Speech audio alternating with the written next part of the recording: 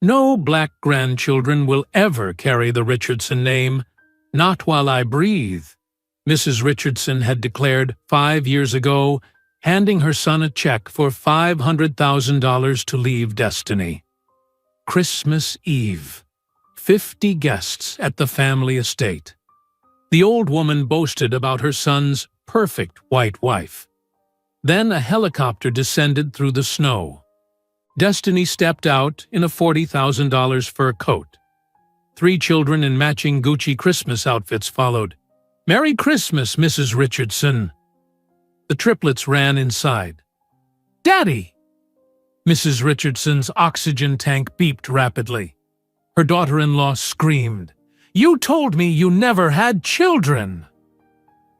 Destiny smiled. "Surprise!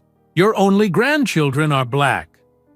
But before we dive into the full story, let me know where you're watching from and what time it is. Now, subscribe to the channel and let's get started. No black grandchildren will ever carry the Richardson name. Eleanor Richardson spoke the words slowly. She sat behind her desk in her office at the Cape Cod mansion. She wore a silk blouse and pearls. Her white blonde hair was perfect. She looked at her son Michael with cold blue eyes. Michael stood in front of the desk. His hands were shaking. He was 28 years old but felt like a child. Eleanor picked up a pen. She wrote something on a check. The pen made scratching sounds on the paper. She put the pen down. She slid the check across the desk. "Take this money," Eleanor said. "Leave that woman. Marry someone appropriate." Michael looked at the check. It said $500,000. His mouth was dry. He could not speak. "This is not about hatred, Michael," Eleanor said. "This is about reality. We have a certain position in this city. We have responsibilities. That woman and her child do not fit into our world." Michael picked up the check. His hands shook more. He thought about Destiny. He thought about her smile. He thought about her laugh. He thought about the baby growing inside her. He thought about being a father. Then he thought about his trust fund. Eleanor controlled all of it. He thought about his job at the family real estate company. Eleanor controlled that too. He thought about losing everything. He thought about being poor. He thought about being cut off. He was weak. He took the check. "Good," Eleanor said. She smiled. "You made the right choice." But 2 years before that moment, Michael had been happy. It was a charity event in Boston. The event was at a hotel ballroom. Rich people wore expensive clothes and drank champagne. They were raising money for a children's hospital. Michael did not want to be there. His mother made him go. She said, "The Richardson family must be seen supporting the community." Michael stood by the bar. He held a glass of wine. He was bored. Then he saw her. She wore a simple blue dress, and she had dark curly hair pulled back. She had beautiful dark brown skin and eyes that seemed to see everything. She was talking to a nurse from the hospital. She was laughing.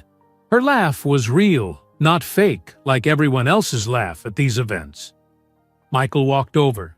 He did not know what to say. He said, "Hi, I'm Michael." She turned. She looked at him. She said, "I'm Destiny." "Do you work at the hospital?" Michael asked. "Yes," Destiny said. "I'm a nurse. I work in pediatrics. I take care of sick children." "That must be hard," Michael said. "It is," Destiny said. "But it's good. It matters. What do you do?" Michael felt embarrassed. He said, "I work in real estate for my family's company." "Do you like it?" Destiny asked. No one ever asked him that. Everyone assumed he liked it because he was rich. Michael said honestly, "No, not really."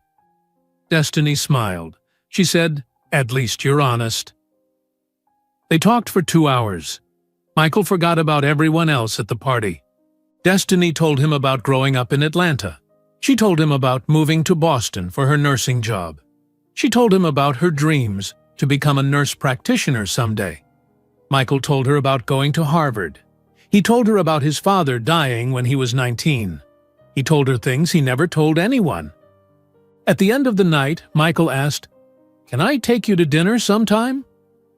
Destiny looked at him carefully. She said, "Maybe. Give me your number." She called him 3 days later. Their first date was at a small Italian restaurant in the North End. Michael wore a suit. Destiny wore jeans and a sweater. She looked beautiful. "You're overdressed," Destiny said, smiling. Michael laughed. He said, "I'm nervous." "Why?" Destiny asked. "Because I like you," Michael said. They ate pasta and talked for hours. Michael learned that Destiny loved to read. She loved music. She loved her family. She was smart and funny and kind. She was different from everyone Michael knew.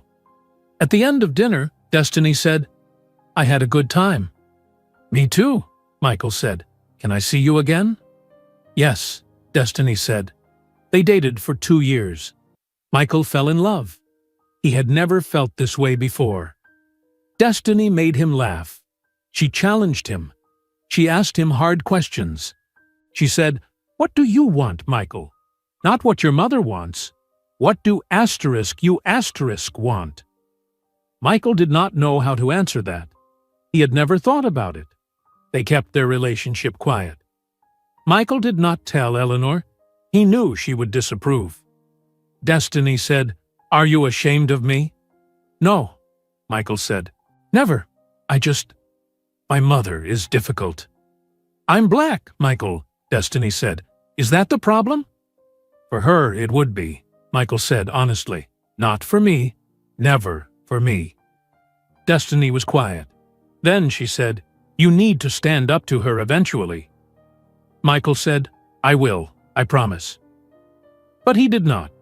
He kept hiding their relationship. They met at Destiny's apartment.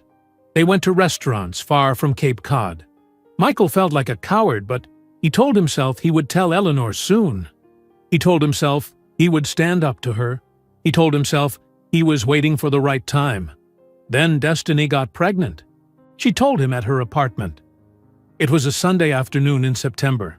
They were sitting on her couch. Destiny said, "Michael, I need to tell you something." Michael looked at her face. She looked nervous. He said, "What is it?" "I'm pregnant," Destiny said. Michael's heart stopped. Then it started beating very fast. He said, "Really?" "Yes," Destiny said. "I took 3 tests. They're all positive." Michael started crying. He was smiling and crying at the same time. He said, "We're having a baby?"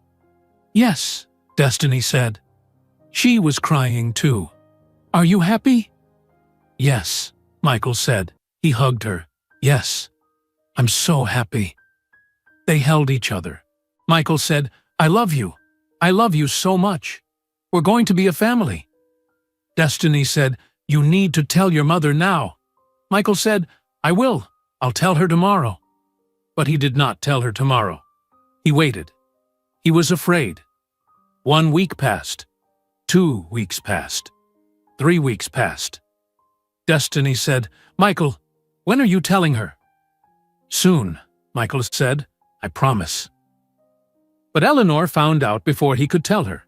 She hired a private investigator. She always hired private investigators to watch Michael.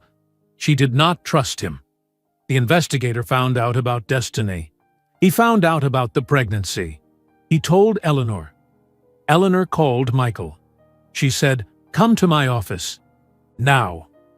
That was when Michael went to the mansion. That was when Eleanor wrote the check. That was when Michael's life changed forever. After he took the check, Michael went to meet Destiny. They met at a coffee shop in Cambridge.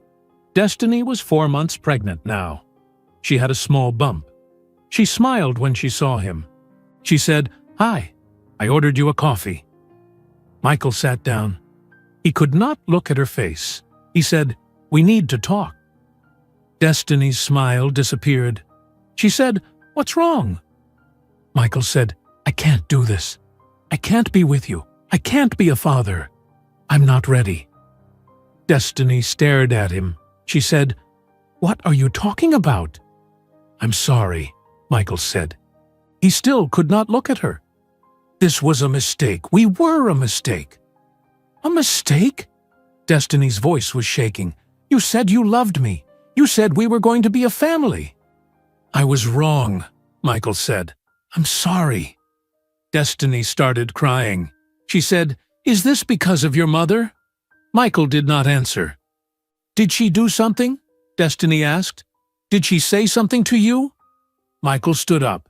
He said, "I have to go." "Michael, please," Destiny said. She was crying harder now. "Please don't do this. We can figure this out. We can—" "I'm sorry," Michael said. Then he walked away. Destiny called him 50 times that week. She left voicemails. She sent text messages. She said, "Please talk to me. Please don't do this. Our baby needs you. I need you." Michael blocked her number. He deposited the check. He watched the money appear in his bank account. $500,000. He felt sick. 2 months later, Eleanor introduced him to Catherine Morrison. They met at a country club. Catherine was pretty. She had blonde hair and blue eyes. She came from a wealthy Boston family. Her father owned hotels. Her mother was on charity boards with Eleanor. Eleanor said, "Catherine is perfect for you. Her family is appropriate. You should ask her to dinner." Michael asked Catherine to dinner. Catherine was nice. She was polite. She talked about her friends and her shopping trips and her vacation plans. Michael felt nothing, but he asked her to dinner again and again. 6 months later, they got married. The wedding was at a big church in Boston. 300 people came. Eleanor planned everything. The flowers were white roses. The bridesmaids wore pink. Catherine wore a designer dress that cost $30,000. Michael stood at the altar. He watched Catherine walk down the aisle. He thought about Destiny. He wondered if she had the baby yet. He wondered if it was a boy or a girl. He wondered if they were okay. Then he pushed those thoughts away. He smiled at Catherine. He said, "I do." The marriage was empty. Michael and Catherine lived in a big house near the mansion. They had expensive furniture and nice cars. They went to parties. They smiled for pictures. Everyone said they were the perfect couple. But Michael drank wine alone every night. He sat in his study. He stared at nothing. He could not look at himself in mirrors. When he saw his reflection, he saw a coward. 5 years passed. Eleanor told everyone at her church about Michael's perfect marriage. She told everyone at her charity events. She said, "My son is so successful. His wife is so lovely. I'm so proud." She believed her own lie. Catherine never knew about Destiny. She never knew about the pregnancy. She never knew Michael had abandoned his children. Michael never told her. He buried the secret deep inside. He pretended it never happened. But in a small house in Dorchester, Destiny Williams was raising 3 children who looked exactly like Michael. And she was planning something that would destroy Eleanor's perfect lie forever.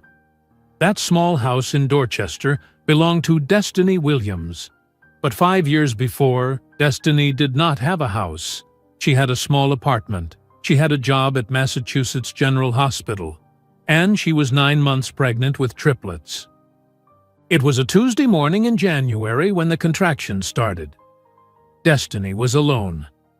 She called her supervisor at the hospital. She said, "Lisa, the babies are coming. I need to come in." Lisa said, "I'll meet you there. Don't drive yourself. Call an ambulance." "I can't afford an ambulance," Destiny said. "I'll take the bus." "Destiny, no," Lisa said. "I'm sending someone to get you." An hour later, Destiny was in a delivery room at Massachusetts General Hospital, the same hospital where she worked, the same hospital where she took care of other people's children. Now she was having her own children. Alone. 2 nurses stayed with her. Their names were Rebecca and Donna. They were Destiny's co-workers. They were her friends. Rebecca held one hand, Donna held the other. "You can do this," Rebecca said. "You're strong." The pain was terrible. Destiny screamed. She cried. She said, I can't do this alone." "You're not alone," Donna said. "We're here." The doctor was a woman named Dr. Patel, and she said, "Destiny, I need you to push. The first baby is coming." Destiny pushed. She pushed as hard as she could. The pain was so bad she thought she would die. Then she heard crying, a baby crying. "It's a boy," Dr. Patel said. "A beautiful boy." Destiny started crying too. But there was no time to rest. "The second baby is coming," Dr. Patel said. "Push again." Destiny pushed. She was so tired. She had no strength left, but she pushed. "Another boy," Dr. Patel said. 2 minutes later, the third baby came. "A girl," Dr. Patel said. Destiny lay back on the bed. She was shaking. She was crying. The nurses cleaned the babies and brought them to her. 3 tiny babies, 2 boys and 1 girl. They had light brown skin and curly hair, and they were perfect. "What are their names?" Rebecca asked. Destiny looked at her babies. She said, "Marcus, Miles, Maya." "Beautiful names," Donna said. "What about the last name?" Dr. Patel asked. "Richardson, like the father?" Destiny thought about Michael. She thought about how he left her. She thought about how he never called. She said, "No, Williams. Their last name is Williams." The hospital let Destiny stay for 3 days. Then she had to go home. Rebecca drove her. Destiny sat in the back seat, with 3 car seats. Marcus, Miles, and Maya slept in the car seats. They were so small. Destiny's apartment was tiny. 1 bedroom, a small kitchen, a bathroom. That was all. She put the 3 car seats on the floor. She did not have cribs yet. She could not afford 3 cribs. That night, all 3 babies cried. They cried at different times. When Marcus stopped crying, Miles started. When Miles stopped, Maya started. Destiny did not sleep. She fed them. She changed their diapers. She rocked them. She cried, too. At 3 in the morning, she called her mother in Atlanta. Her mother's name was Patricia. Patricia answered the phone.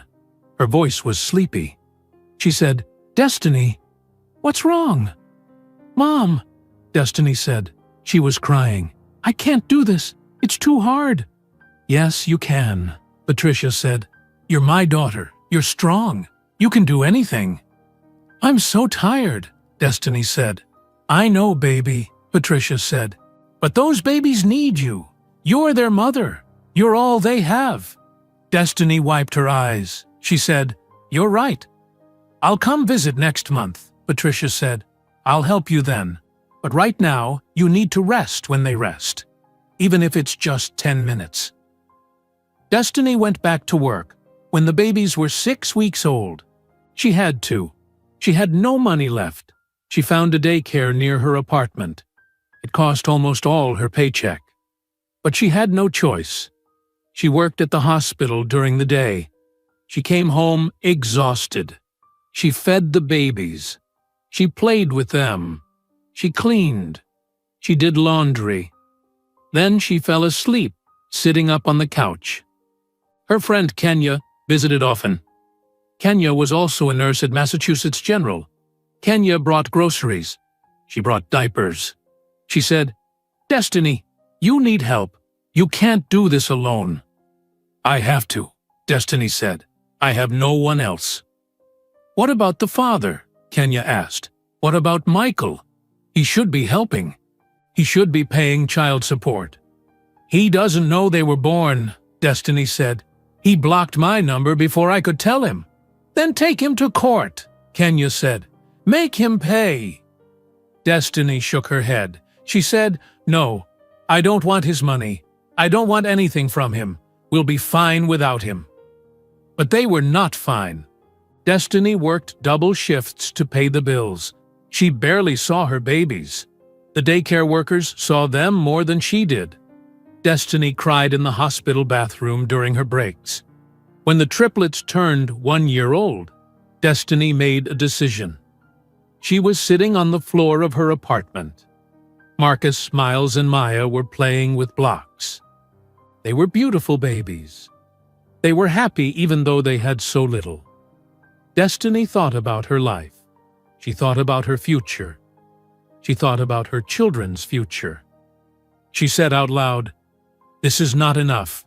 I need to do better." She enrolled in nursing school at night. She would become a nurse practitioner. Nurse practitioners made more money, much more money. But the program was hard. It would take 3 years. Kenya said, "How will you do school and work and take care of 3 babies?" Destiny said, "I'll find a way." Kenya shook her head. Then she smiled. She said, "Okay, I'll watch the babies when you have class, but you owe me." "I owe you everything," Destiny said. For 3 years, Destiny barely slept. She worked at the hospital during the day. She went to class at night. Kenya watched the babies. On weekends, Destiny studied while the babies napped. She read textbooks. She memorized medical terms. She took tests. It was the hardest thing she ever did. Harder than the pregnancy. Harder than giving birth. Harder than raising 3 babies alone. But she did not quit. When the triplets were 4 years old, Destiny graduated at the top of her class. She walked across the stage to get her diploma. Her parents came from Atlanta. They sat in the audience, holding Marcus, Miles, and Maya. When Destiny's name was called, her children screamed, "Mommy! Mommy!" Destiny cried happy tears. Her new salary was $95,000 per year. It was $30,000 more than before. Destiny felt rich. She saved every dollar she could. She stopped buying expensive things. She cooked at home. She bought clothes at discount stores. She put money in the bank every month. 1 year later, she bought a house. A small house in Dorchester. It had 3 bedrooms. 1 for her, 1 for the boys, 1 for Maya. It had a small backyard. It had a kitchen with space for a table. It was not fancy, but it was theirs. The day they moved in, Destiny carried Maya through the empty rooms. Maya said, "Is this our house, Mommy?" "Yes, baby," Destiny said. "This is our house, forever." Marcus and Miles ran through the rooms screaming with joy. Destiny sat on the floor and cried. She had done it. She had built a good life. She had given her children a home. All by herself. Without Michael. Without his money. Without anyone's help except Kenya and her parents. But then the questions started. Maya asked the first question at bedtime one night. She was 5 years old. She said, "Mommy, why don't we have a daddy?" Destiny was tucking her into bed. She stopped. She said, "What do you mean?" "My friend Sarah has a daddy," Maya said. "He picks her up from school. Why don't I have a daddy?" Destiny did not know what to say. She said, "Your daddy went away before you were born." "Why?" Maya asked. "Because he had to," Destiny said. But that answer was not enough. Marcus asked the next question at breakfast. He said, "Mom, where is our dad? Is he dead?"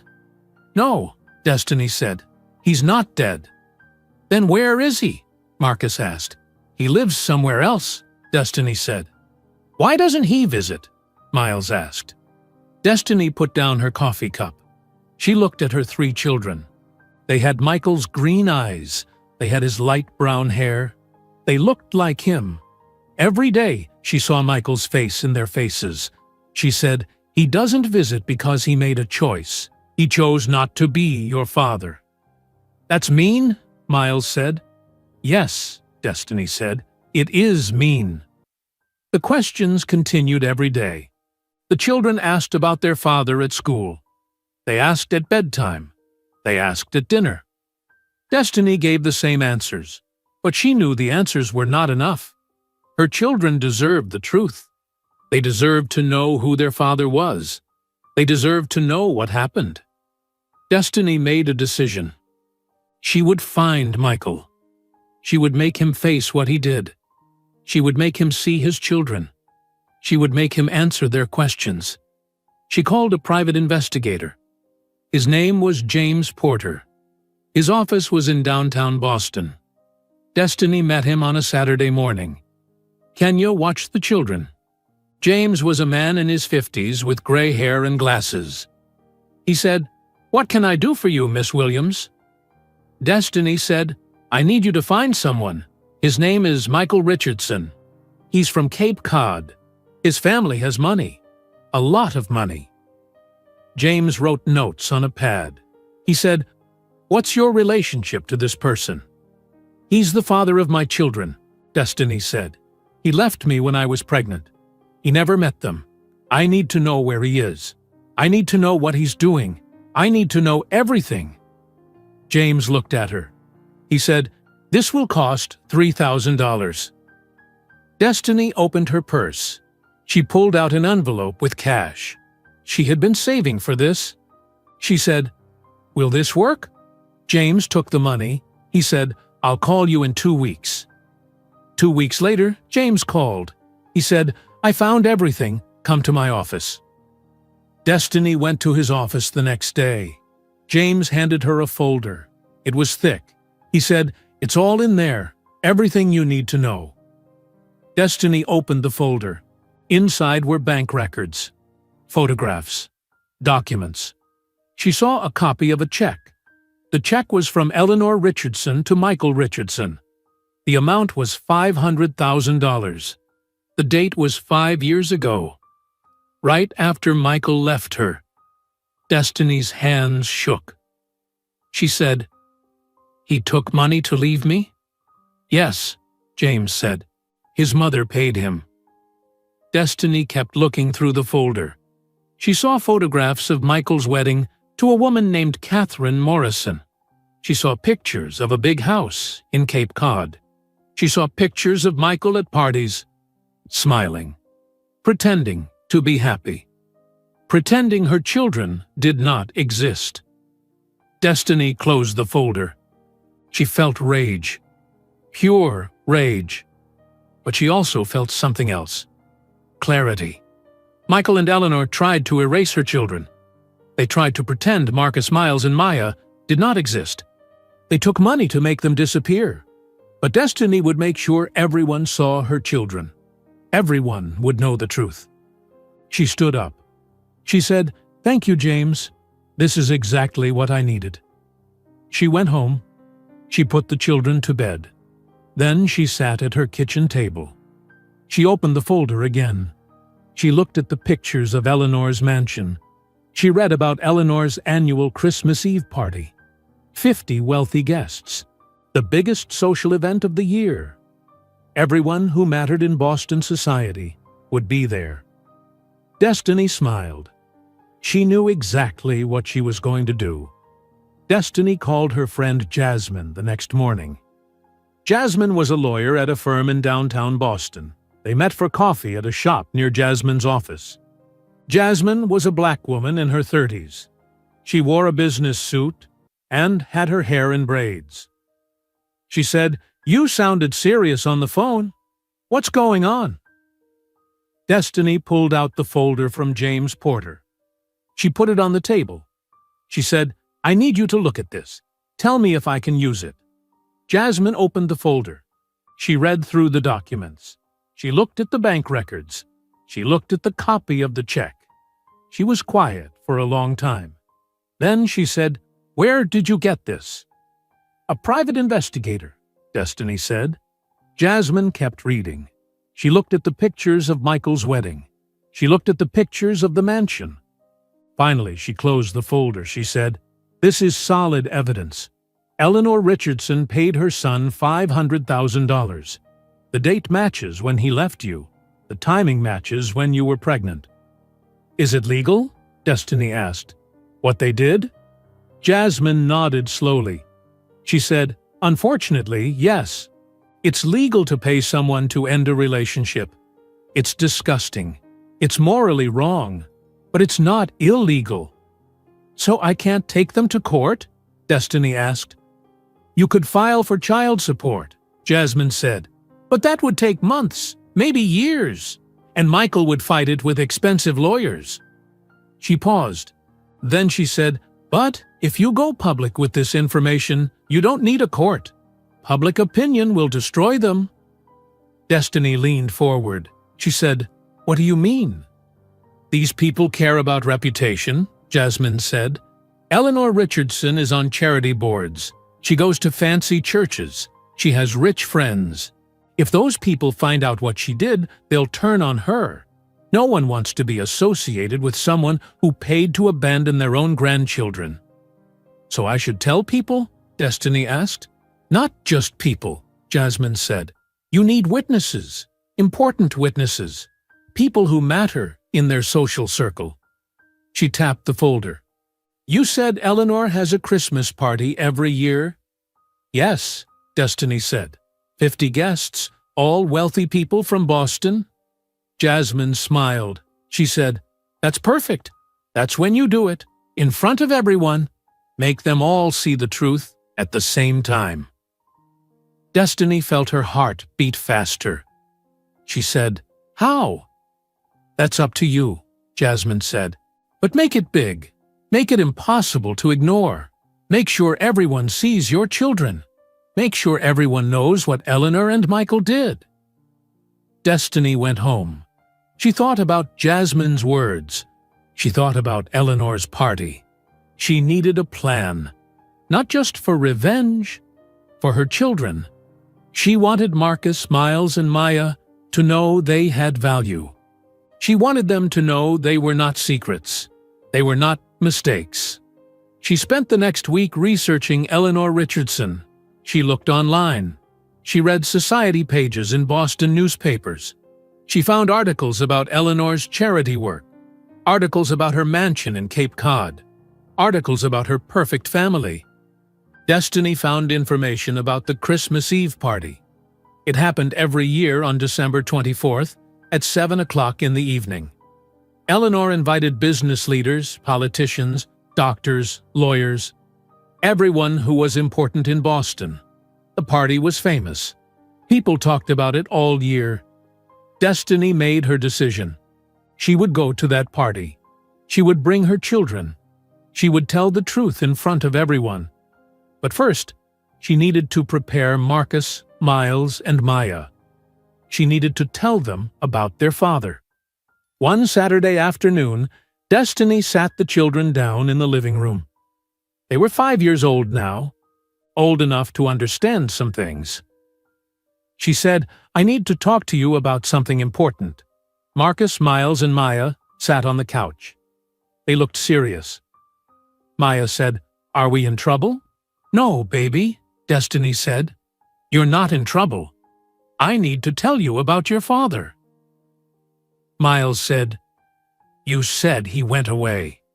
"Yes," Destiny said, "but I want to tell you more about him now." She pulled out a photograph. James Porter had found it. It was a picture of Michael at a charity event. He was wearing a suit. He was smiling. Destiny showed the picture to her children. She said, "This is your father. His name is Michael Richardson." The 3 children stared at the picture. Marcus touched it with his finger. He said, "He looks like us." "Yes," Destiny said. "You have his eyes. You have his hair. You look like him." Maya asked, "Why did he go away?" Destiny took a deep breath. She wanted to tell the truth, but she also wanted to be careful. She said, "Because his mother told him to. Her name is Eleanor.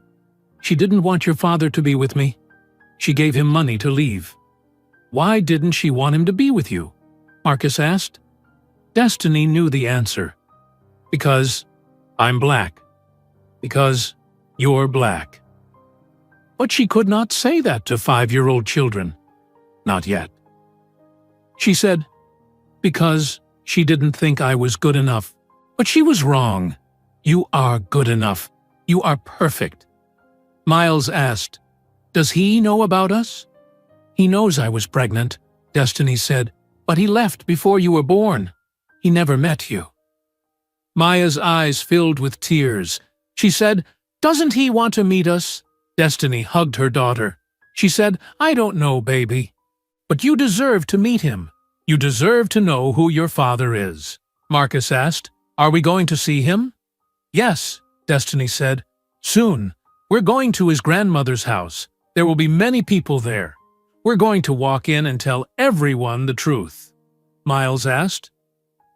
"Will he be happy to see us?" Destiny said. "I don't know. But it doesn't matter if he's happy. What matters is that you know who you are. You are Marcus Miles and Maya Richardson Williams. You are my children, and you have nothing to be ashamed of." The children were quiet. Then Maya said, "Will he love us?" Destiny felt tears in her eyes. She said, "I don't know, baby. I hope so. But even if he doesn't, I love you. That's enough." Over the next month, Destiny prepared everything. She showed the children Michael's picture every day. She wanted them to recognize him. She told them his name. She told them they would meet him soon. She also started shopping. She needed clothes for the confrontation. Not regular clothes. She needed expensive clothes. She needed to look powerful. She needed to look like she belonged in Eleanor's mansion. She went to a designer store in downtown Boston. The store was fancy. Everything was expensive.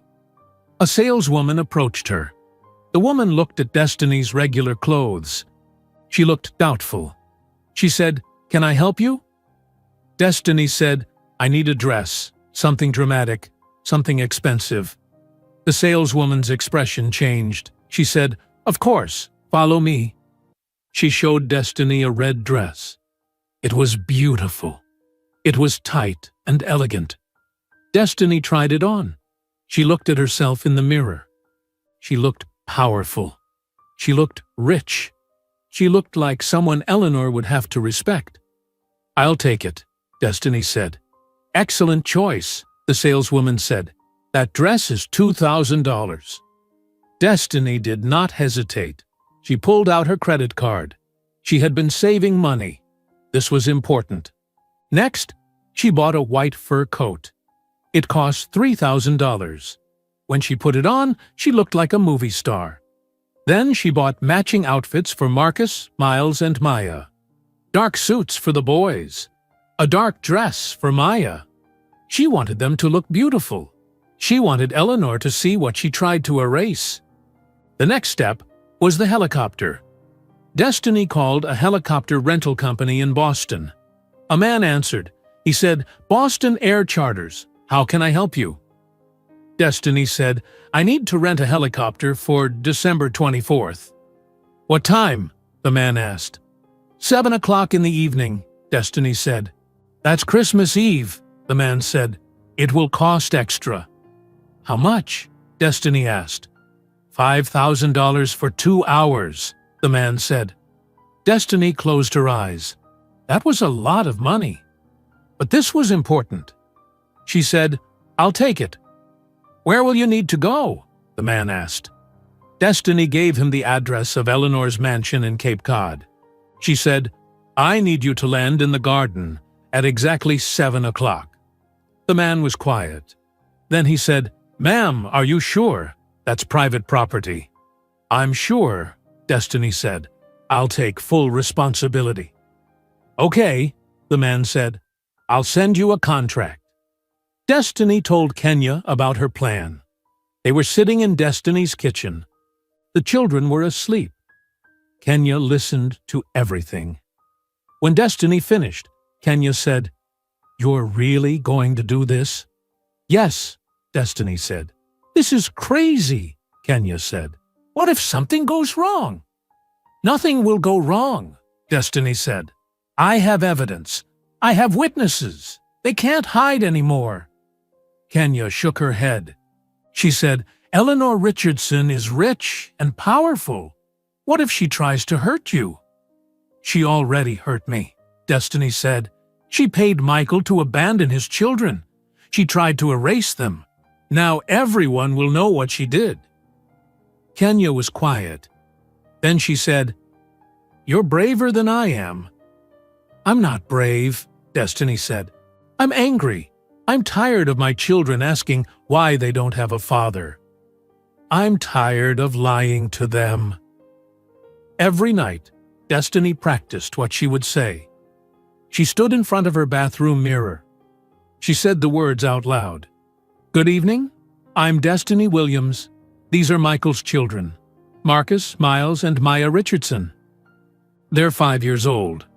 Michael took $500,000 from his mother to abandon us. I have the canceled check." She said it over and over. She wanted the words to be perfect. She wanted to sound calm. She wanted to sound strong. The weeks passed quickly. December came. The city of Boston filled with Christmas decorations. Stores played holiday music.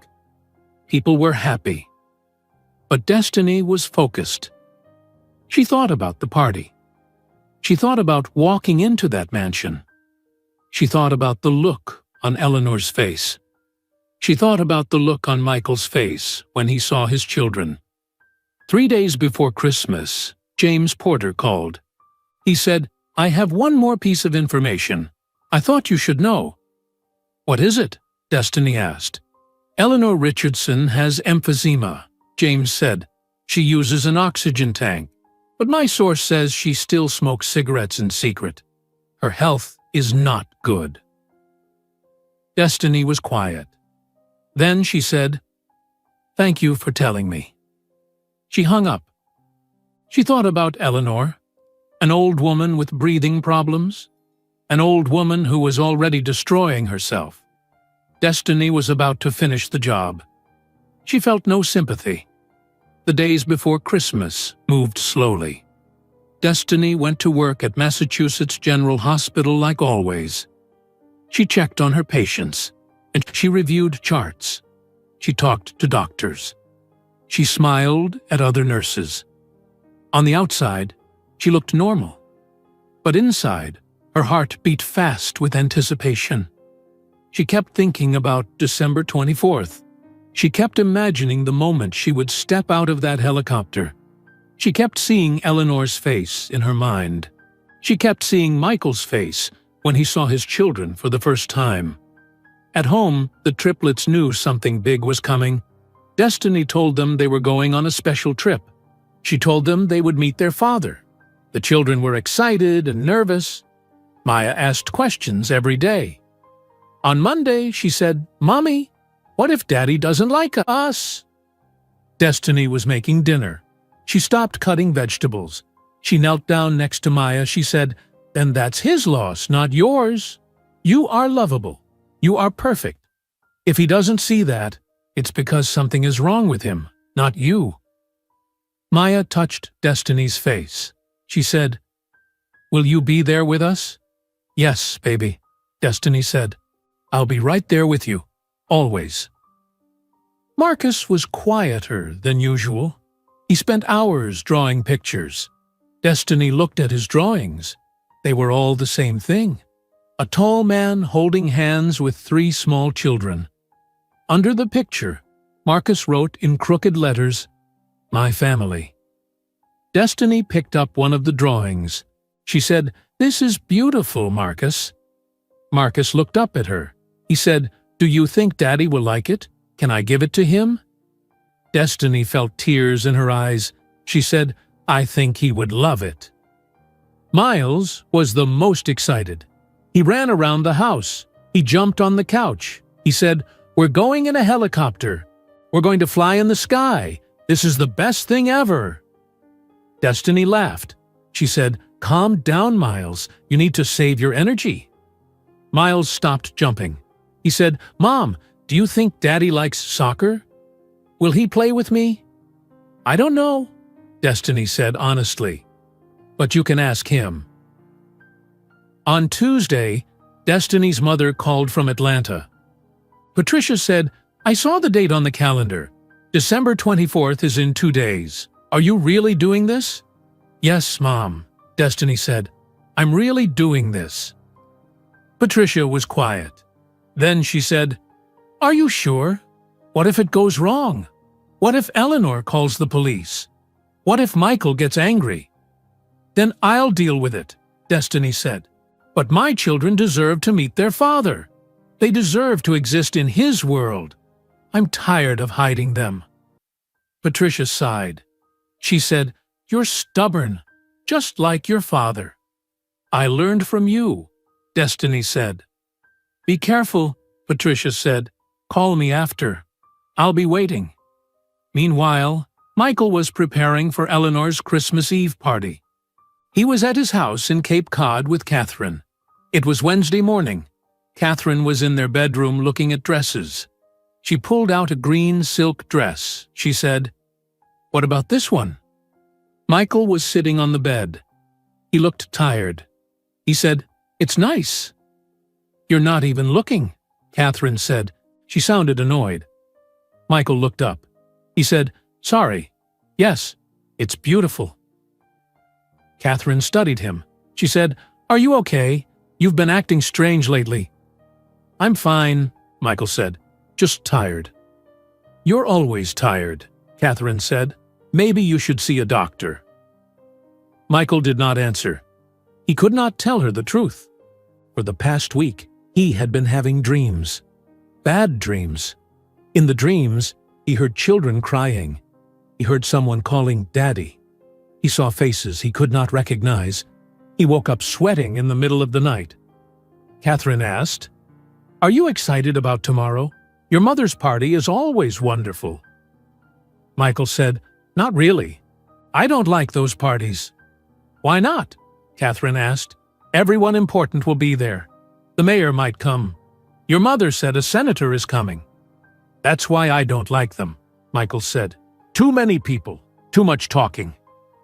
Catherine put the dress back in the closet. She said, "Well, we have to go. Your mother would never forgive us if we missed it." Michael nodded. He knew she was right. Eleanor would be furious if he did not come. He always did what Eleanor wanted. He was still doing it, even at 33 years old. At the Richardson mansion, Eleanor was directing her servants. It was Wednesday afternoon. She walked through the rooms with her oxygen tank following behind her on wheels. A clear tube went into her nose.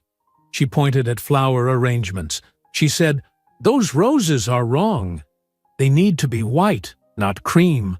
Replace them." A young servant said, "Yes, Mrs. Richardson." Eleanor walked to the dining room. The table was set with expensive china and crystal glasses. She said, "The forks are in the wrong position. Fix it." Another servant rushed to fix the forks. Eleanor's assistant, a woman named Grace, followed her with a clipboard. Grace said, "Mrs. Richardson, the caterer, confirmed the menu. The wine is in the cellar.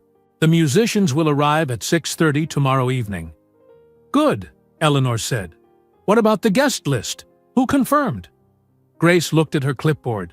She said 48 people confirmed. 2 declined. Eleanor frowned. She said, "Who declined?" "The Hendersons and the Walkers," Grace said. "Call them again," Eleanor said. "Tell them I expect them to be here." Grace nodded and walked away. Eleanor stood in the grand living room. She looked at the decorations. White lights, white ribbons, a huge Christmas tree with white and gold ornaments. Everything was perfect. This party would be her best yet. She would show everyone how successful her family was. She would show them that she made the right choices. She touched the oxygen tube in her nose. She hated it. It made her look weak, but she needed it. Her breathing was worse lately. The doctors told her to stop smoking. She ignored them.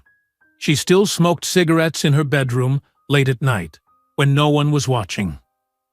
On Christmas Eve morning, Destiny woke up early. It was still dark outside. She could not sleep. Today was the day. She got out of bed. She made coffee. She sat at her kitchen table and looked at the folder from James Porter one more time. The check, the bank records, the photographs, everything she needed. At 8 o'clock, she woke up the children. She said, "Time to get up. We have a big day." Marcus rubbed his eyes. He said, "Is today the day we meet Daddy?" "Yes," Destiny said. "Today is the day." After breakfast, Destiny took the children to a salon in Dorchester. The salon owner was a woman named Tasha. Tasha said, "You want them looking perfect, right?" "Yes," Destiny said. "This is important." Tasha cut Marcus and Miles's hair. She trimmed it neat and clean. She styled Maya's curls so they bounced perfectly. When she was done, the children looked beautiful. Back at home, Destiny gave the children an early dinner. She made chicken and rice. Miles said, "Why are we eating so early?" "Because we're leaving at 6 o'clock," Destiny said. "We need to eat now." After dinner, Destiny took the children upstairs.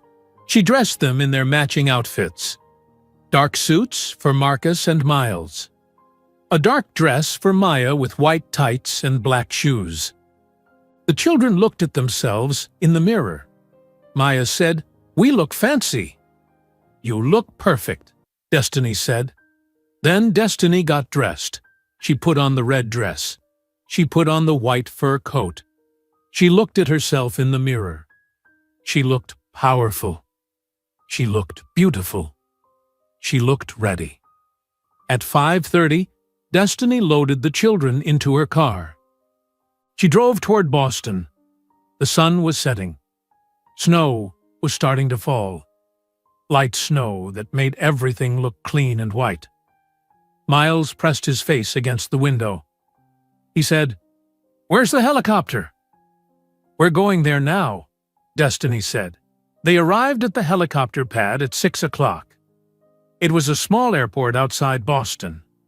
A black helicopter sat on the pad. A man stood next to it. He wore a pilot uniform. He walked over when Destiny parked her car. He said, "Are you Destiny Williams?"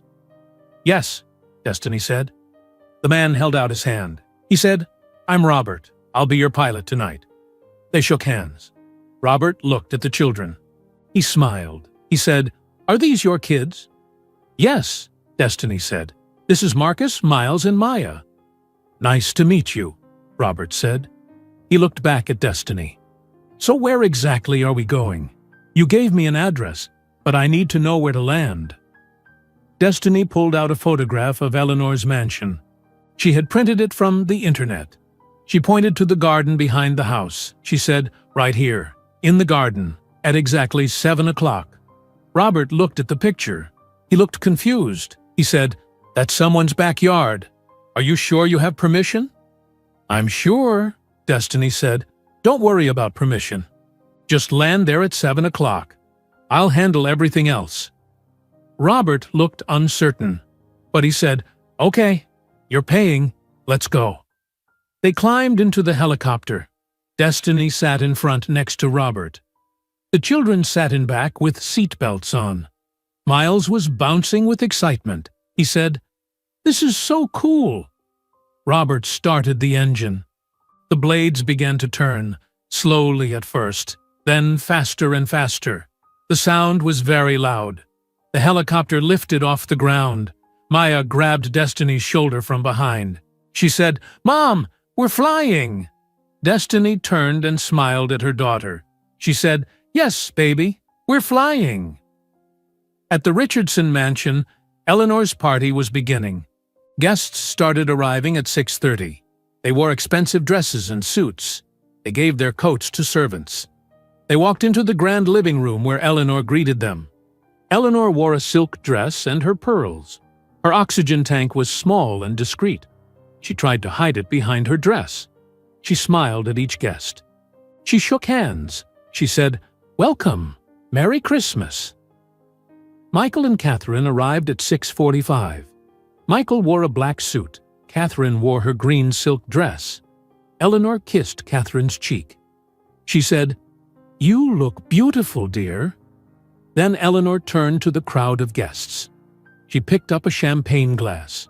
She raised it high. She said loudly, "Thank you all for coming. This will be the best Christmas Eve our family has ever had." Everyone raised their glasses. They said, "Cheers!" Eleanor smiled. She drank her champagne.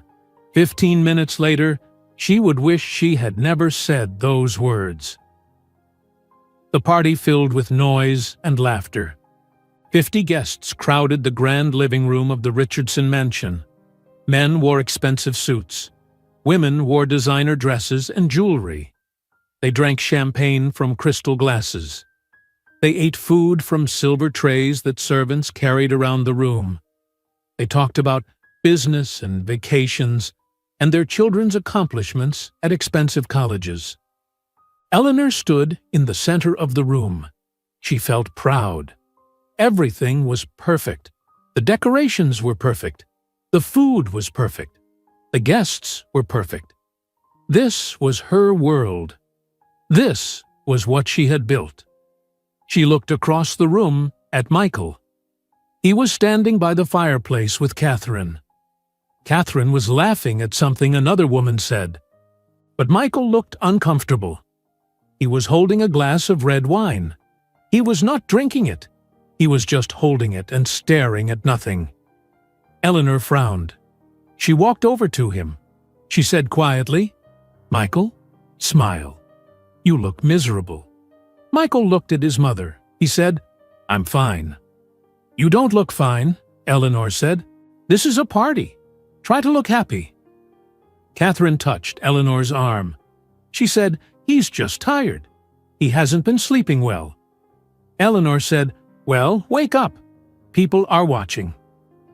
At exactly 7 o'clock, Eleanor walked to the center of the room again.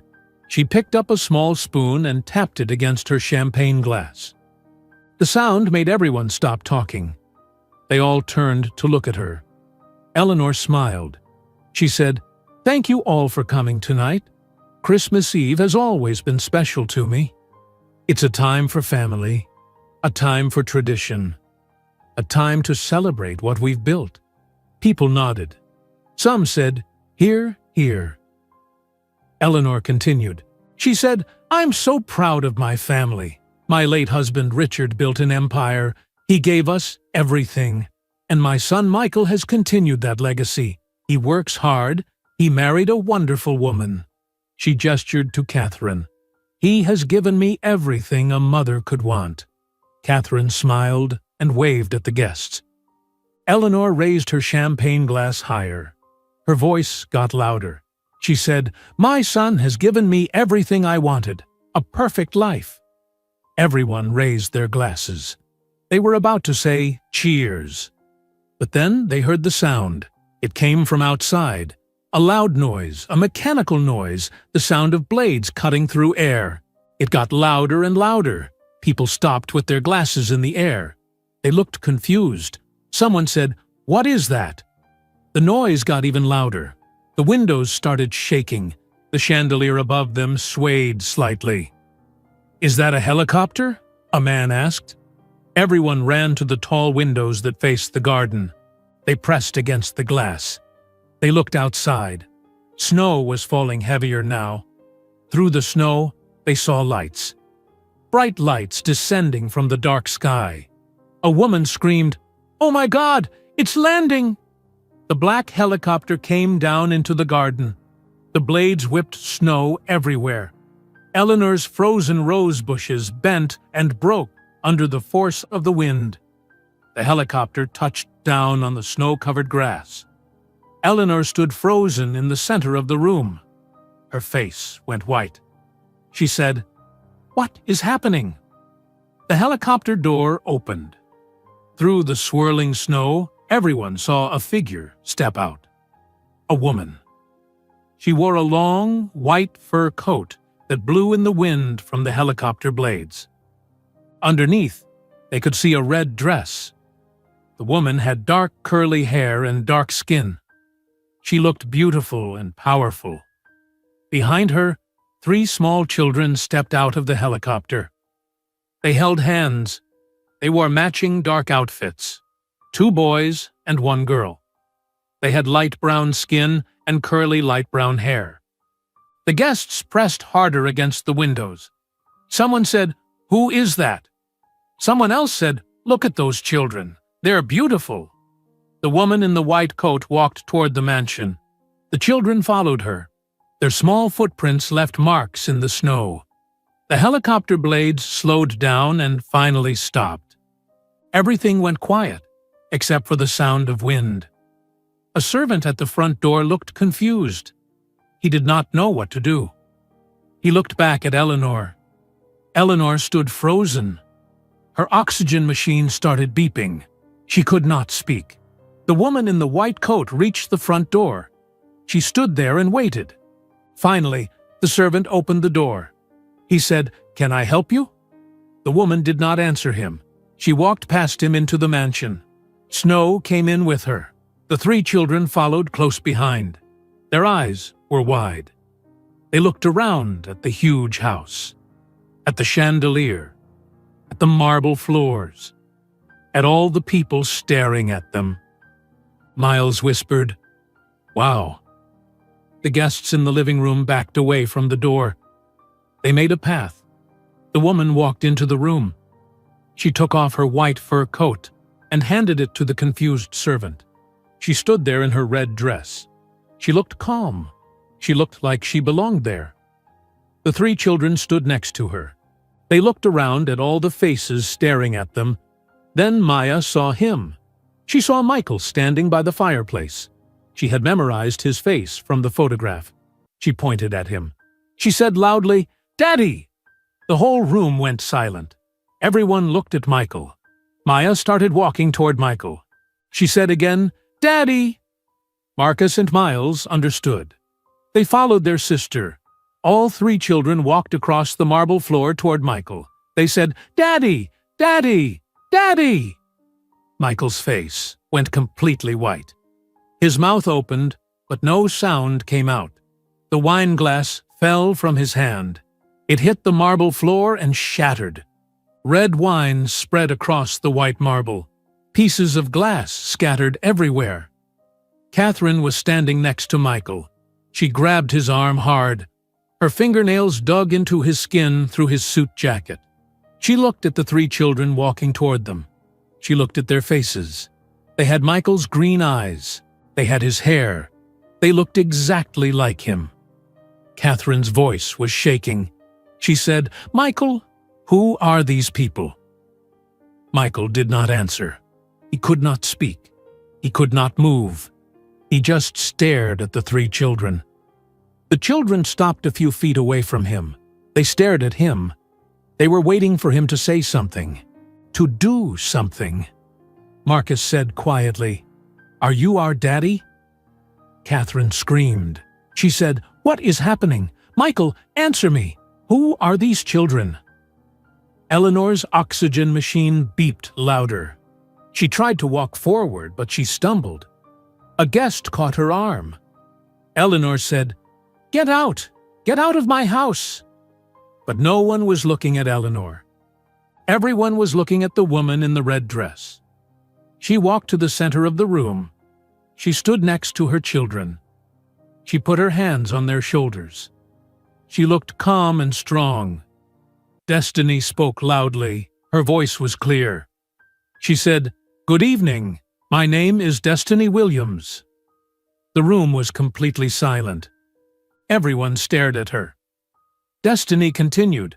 She said, "These are Michael Richardson's children. Their names are Marcus, Miles, and Maya Richardson. They are 5 years old. They are his only children." Catherine made a sound, a cry. She looked at Michael. She said, "No, no, this isn't true. Tell me this isn't true." Michael still did not speak. Tears ran down his face. Destiny kept talking. She said, "Michael took $500,000 from his mother to abandon us. He left me when I was 4 months pregnant. He never met his children. He pretended they did not exist. She reached into her purse and pulled out papers. She held them up. She said, "I have the canceled check. I have the bank records. I have proof of everything." Eleanor finally found her voice, and she screamed, "You're lying! Get out of my house! These children are not Richardsons." But guests were already pulling out their phones. Multiple people started recording videos. Others took pictures. The flashes from phone cameras lit up the room. An older woman walked up to the children. She bent down. She looked at their faces. She said, "They're beautiful. They look just like Michael's baby pictures." A man in a suit turned to Eleanor. He said, "Eleanor, is this true? Did you really pay Michael to abandon his own children?" Eleanor's face turned dark red. Her oxygen machine beeped rapidly. She said, "This is private family business. This is not your concern." But another woman said, "You made it our concern. You invited us here. You bragged about your perfect family. You lied to all of us." More guests surrounded the children. A younger woman said to Destiny, "How old did you say they are?" 5 years old, Destiny said. 5 years, the woman repeated. She looked at Eleanor. "You've been hiding these children for 5 years." Catherine was still holding Michael's arm. She looked at his face.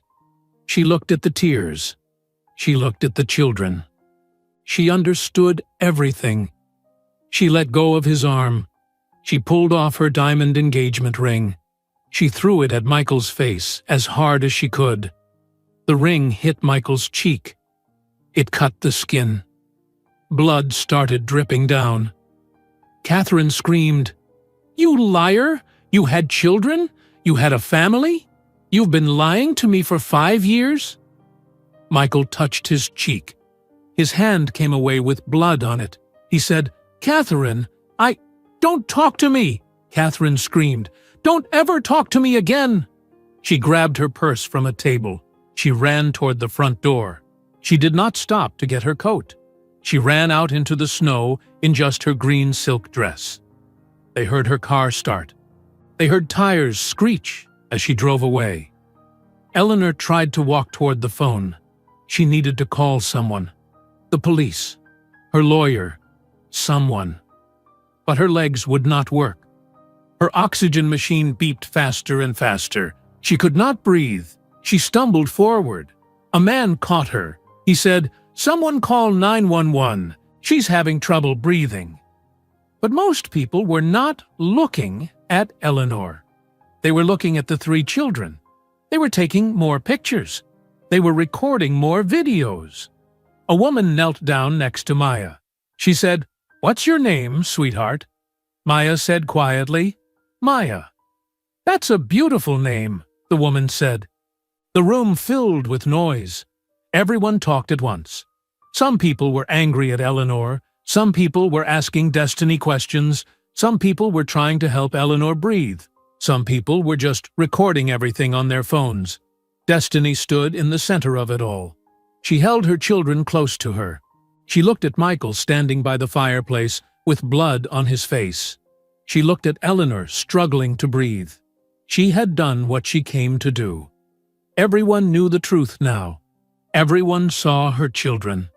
No one could pretend they did not exist anymore. Marcus looked up at Destiny.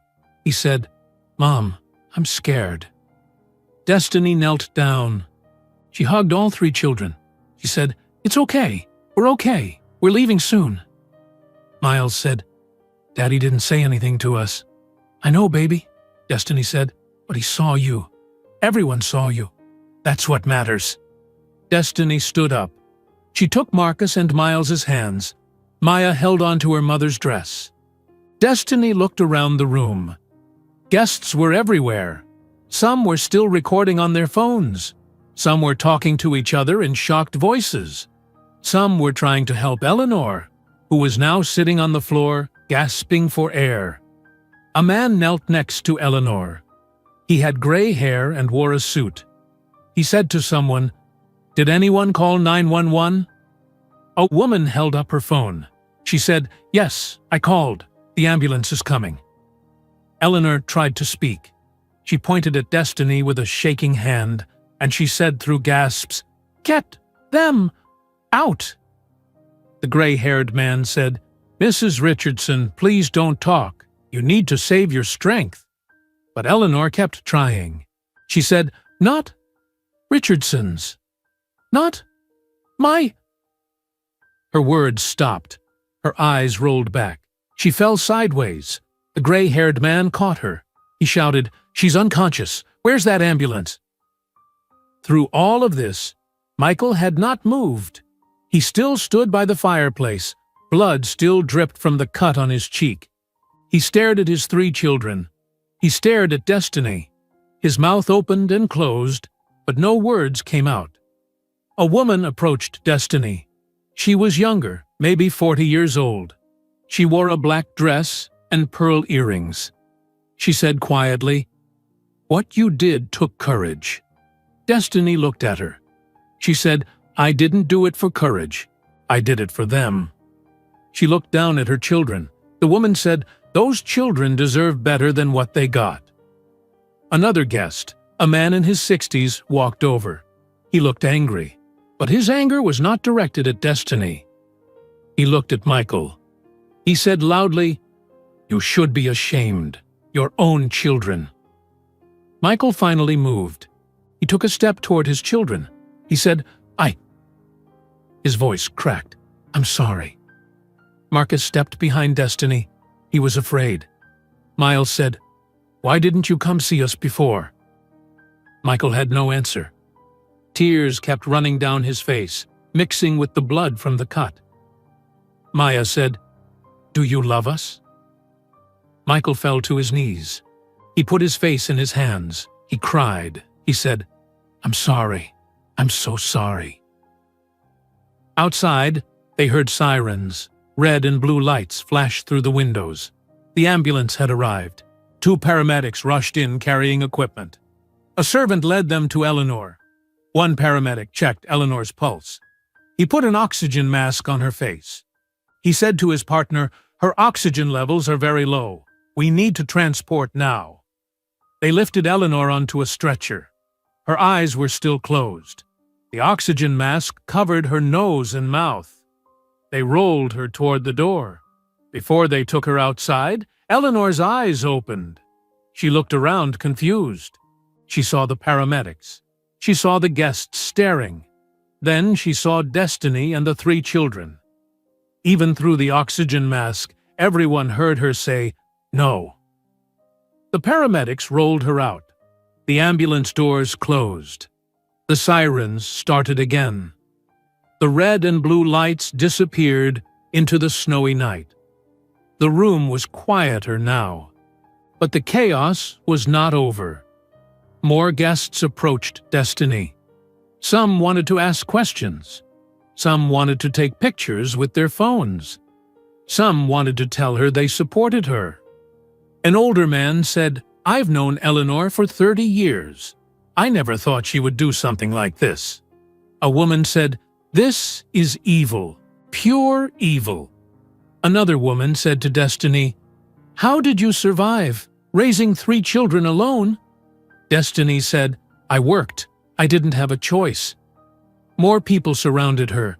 The questions kept coming. The phone cameras kept flashing. Marcus started crying. He said, "Mom, I want to go home." Destiny realized she needed to leave. This was too much for the children. She said loudly, "Please move. I need to take my children home." The guests stepped back and made a path. Destiny led Marcus, Miles, and Maya toward the door. The confused servant gave her the white fur coat. Destiny put it on. She picked up Maya because Maya was crying now too. Before she reached the door, she turned back. She looked at Michael one more time. He was still on his knees by the fireplace. He looked broken. Destiny felt no satisfaction. She felt no victory. She just felt tired. She said to him, "They deserve to meet you. They deserve to know who their father is. What you do with that information is up to you." Then she walked out. She carried Maya. Marcus and Miles held onto her coat. They walked through the snow to the helicopter. Robert, the pilot, was waiting. He helped them climb in. He said, "I heard sirens. Is everything okay?" "Everything is fine," Destiny said. "Let's go home." The helicopter lifted off. The children looked down at the mansion, the lights, the people inside. Miles said, "Is that where Daddy lives?" "Yes," Destiny said. "It's big," Miles said. Maya said, "I don't like it. I like our house better." "Me too, baby," Destiny said. "Me too." Inside the mansion, the party was over. Guests started leaving quickly. They put on their coats. They walked to their cars. But they all talked. They all pulled out their phones. They all called their friends and family to tell them what happened. One woman sat in her car. She opened her social media app. She uploaded the video she recorded. She wrote, "You won't believe what just happened at Eleanor Richardson's Christmas party." She pressed post. Within minutes, the video started spreading. People shared it. They commented on it. They sent it to their friends. More guests posted their own videos and pictures. By midnight, thousands of people in Boston had seen the videos. By morning, news websites picked up the story. The headlines read, "Boston heiress paid son to abandon black grandchildren." Christmas Eve confrontation exposes Richardson family secrets. Woman arrives by helicopter to expose baby daddy at mansion party. Michael stayed at the mansion after everyone left. He sat on the floor by the fireplace. The broken wine glass was still there. The red wine stain was still there. His face still bled. He did not care. He just sat there. A servant approached him. An older man named Thomas who had worked for the family for 20 years. Thomas said, "Mr. Richardson, should I call someone? Should I call your wife?" "She's not my wife anymore," Michael said quietly. "She'll divorce me." Thomas was quiet. Then he said, "Those children, they're yours." Michael nodded. He said, "Yes." "They're beautiful," Thomas said. Michael started crying again. He said, "I never met them. I left before they were born. What kind of man does that?" Thomas did not answer. He just stood there. Finally, he said, "The guest rooms are ready if you need to stay tonight. I don't think you should drive." Michael nodded, but he did not move. He sat there all night. He watched the sun come up through the windows. He thought about his children's faces. He thought about Maya asking, "Do you love us?" He thought about Marcus hiding behind Destiny. He thought about Miles asking, "Why didn't you come see us before?" He had no answers. He had nothing. At Massachusetts General Hospital, doctors examined Eleanor. Her emphysema was worse. The stress of the night made it much worse. They kept her in the intensive care unit. They put her on oxygen. They ran tests. A doctor spoke to the hospital administrator because Eleanor had no family with her. The doctor said she had a severe panic attack combined with her existing lung disease. She could have died. She'll need to stay here at least a week. The administrator asked, "What about her family? Should we call someone?" The doctor looked at Eleanor's chart. He said, "There's a son listed, Michael Richardson." "I'll try to reach him," the administrator said. But Michael did not answer his phone. It rang and rang. He had left it in his car. He was not thinking about phones. He was not thinking about his mother. He was only thinking about his children. The story continued spreading on social media. By Christmas Day morning, it was everywhere. Not just in Boston. People across the country were sharing the videos. News programs talked about it. Radio shows discussed it. Everyone had an opinion. Some people supported Destiny. They said she was brave. They said Eleanor was racist and cruel. They said Michael was a coward. Other people criticized Destiny. They said she should not have brought children to a confrontation. They said she did it for attention. But most people focused on the children. People said Marcus, Miles, and Maya were innocent. People said they deserved better. People said Eleanor's actions were unforgivable. Eleanor's friends stopped calling her. Her phone did not ring. The women from her charity boards sent emails. They said Eleanor should step down from her positions. They said her actions reflected poorly on their organizations. They said they could not be associated with her anymore. Eleanor's church, the same church where she sat in the front row every Sunday, sent a letter to the hospital. The letter said, "After careful consideration, we ask that you find another church community. Your actions do not reflect our values." The family real estate company had an emergency board meeting on December 26th.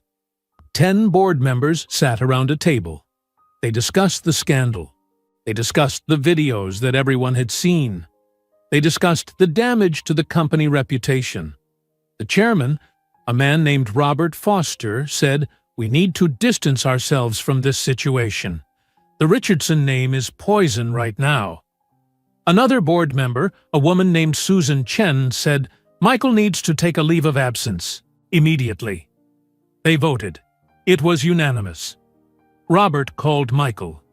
Michael finally answered his phone. Robert said, "Michael, the board has decided you need to step away from the company. Take a leave of absence, unpaid, until this situation resolves." Michael said quietly, "I understand." "This is a disaster," Robert said. "The worst scandal this company has ever faced." "I know," Michael said. "I'm sorry." "Sorry doesn't fix this," Robert said. He hung up. Catherine filed for divorce on December 27th. Her lawyer was aggressive and fast. The papers arrived at the mansion by courier. Michael read them sitting alone in the study. Catherine wanted everything: the house, the cars, her jewelry, a large financial settlement. She wanted to destroy him. Catherine also called a reporter from Boston Magazine. She agreed to do an interview. The reporter came to Catherine's parents' house where she was staying. They sat in the living room. The reporter recorded everything. The reporter asked, "How do you feel about the revelation that your husband had children?"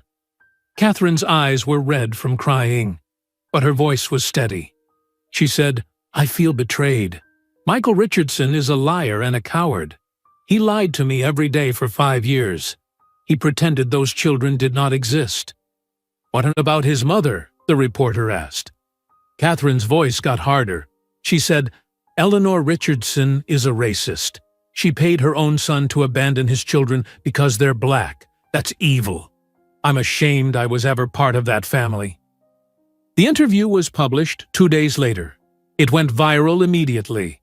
The headline read, "Ex-wife speaks. Michael Richardson is a coward, and Eleanor Richardson is a racist."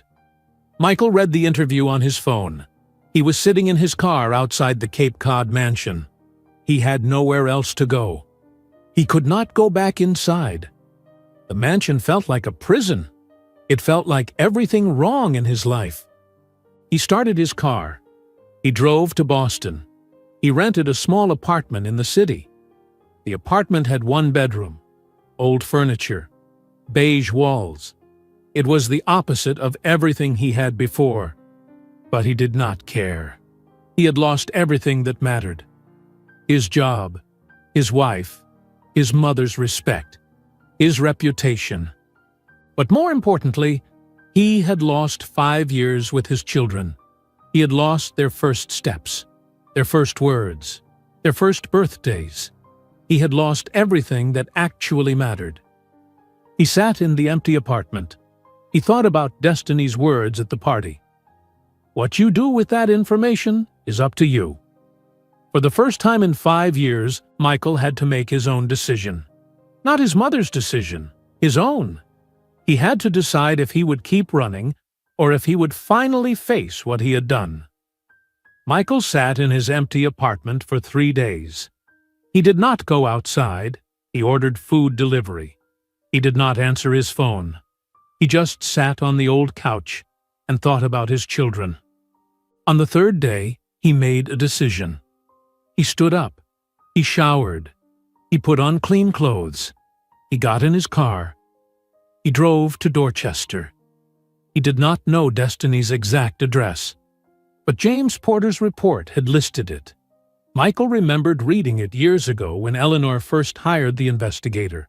He remembered the street name, Winthrop Street. He drove slowly through Dorchester. He looked at house numbers. Finally, he found it. A small house with white siding. A small front yard. A fence. Toys in the yard covered with snow. This was where his children lived. This was the home Destiny built without him. Michael parked across the street. He sat in his car. His hands gripped the steering wheel. He was terrified. What would he say? What could he possibly say to make this better? Nothing. There was nothing he could say. But he had to try. He sat there for 30 minutes. He watched the house. He saw lights on inside. He saw shadows moving past the windows. His children were in there, so close, but he could not move. He was frozen with fear. Finally, he forced himself to open the car door. He stepped out into the cold. Snow had fallen the night before. His shoes left footprints as he walked across the street. He opened the gate. He walked up the path to the front door. He stood there. His hand was raised to knock, but he could not do it. Inside the house, Destiny was making dinner. Marcus, Miles, and Maya were in the living room. They were supposed to be doing homework, but they were not. They were talking about what happened at the mansion. Miles said, "I still don't understand. Why did Daddy leave us?" Marcus said, "Because his mom told him to. Mom said so." Maya said, "But why did he listen? Why didn't he fight for us?" The children had been asking these questions for 3 days, since Christmas Eve. Destiny had tried to answer, but there were no good answers. How do you explain to 5-year-old children that their father chose money over them? How do you explain that their grandmother paid to erase them? Marcus said, "Do you think we'll see him again?" "I don't know," Maya said. "He didn't even talk to us. He just cried." Miles said, "Maybe he doesn't want to be our daddy." Destiny heard this from the kitchen. She felt pain in her chest, and she put down the knife she was using to cut vegetables. She walked into the living room. She said, "That's not true. He wants to be your daddy. He's just scared." "Scared of what?" Marcus asked. "Scared that you won't forgive him," Destiny said. "Scared that he hurt you too much." Maya said, "Did he hurt you, Mom?" Destiny sat down on the couch. She pulled Maya onto her lap. She said, "Yes, he hurt me very much. But that's between him and me. What matters now is what happens next." "What will happen next?" Miles asked. "I don't know," Destiny said honestly. "Maybe he'll come see you. Maybe he won't. But whatever happens, you 3 are loved. You're perfect. You have nothing to be ashamed of." That was when they heard the knock on the door. Destiny stood up. She was not expecting anyone. Kenya had visited earlier. Her parents had called from Atlanta, but they were not coming. Who would knock on the door at 6:30 in the evening? She walked to the door. She looked through the peephole. She saw Michael standing on her porch. Her heart started beating fast. She turned back to the children. She said, "Stay here." "Who is it?" Marcus asked. "Just stay here," Destiny said. She opened the door. Michael stood there in the cold. He looked terrible. He had dark circles under his eyes. His hair was messy. He wore jeans and a regular jacket, not the expensive clothes from the party. He looked broken. They stared at each other. Neither spoke for a long moment. Finally, Michael said, "I'm sorry.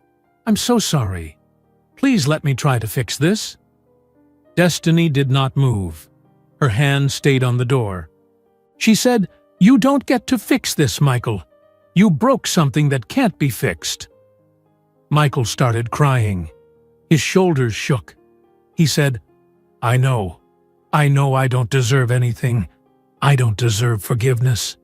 I don't deserve you. I don't deserve them.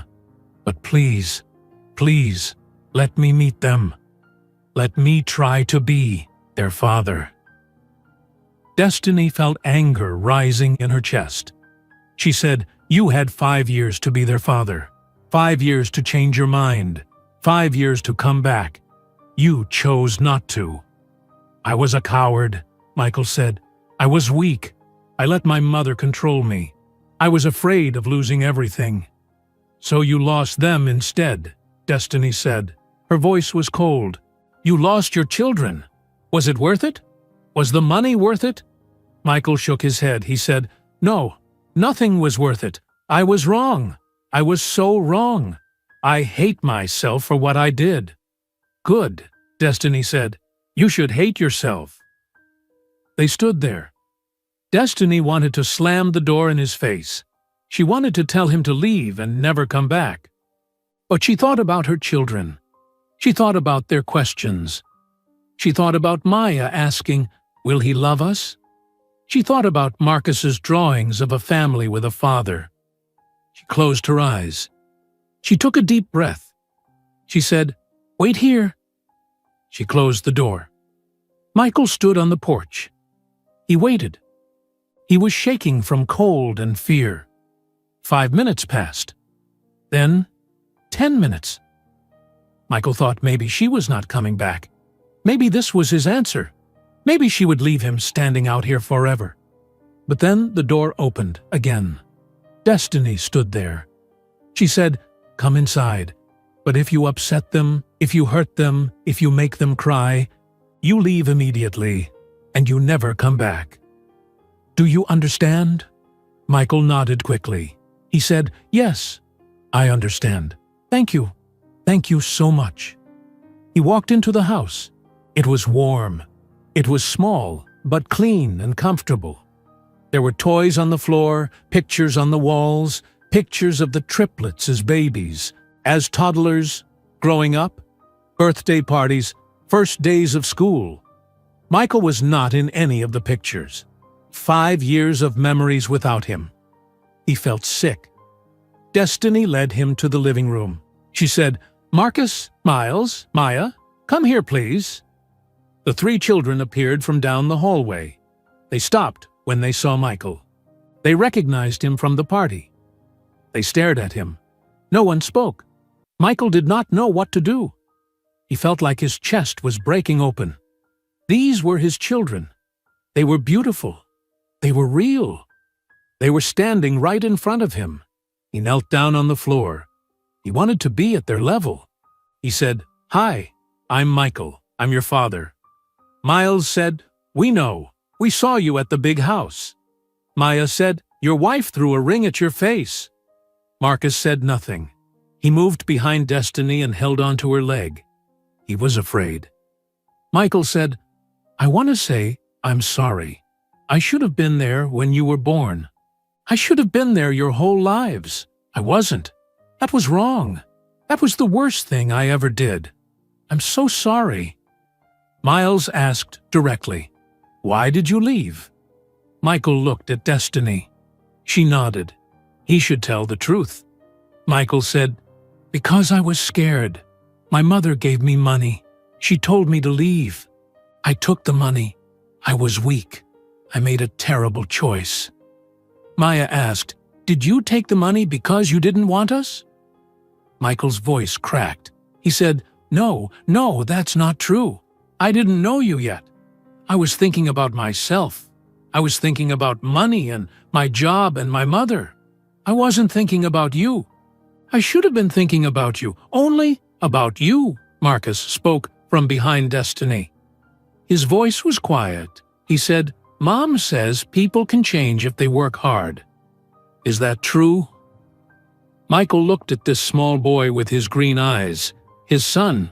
He said, Yes, that's true. I'm going to change. I'm going to work very hard. I promise. Maya asked the hardest question. She asked, Do you love us? Michael could not hold back his tears anymore. He said, "Yes, I didn't know you before, but I see you now. I see you, and you're perfect. You're the best thing I ever did, and I almost lost you. I love you. I know I have to prove that. I know sorry isn't enough, but I love you." The children looked at each other. They had a silent conversation with their eyes. This was something they did. Destiny had noticed it before. They could communicate without words. They were triplets. They had their own language. Finally, Miles said, "Okay, you can try." But Marcus said, "I don't trust you yet." Michael nodded. He said, "That's fair. I don't trust me either, but I'm going to try. I'm going to prove myself to you." They talked for an hour. Michael asked them about school. They told him about their classes. Miles told him about playing at recess. Maya told him about her friends.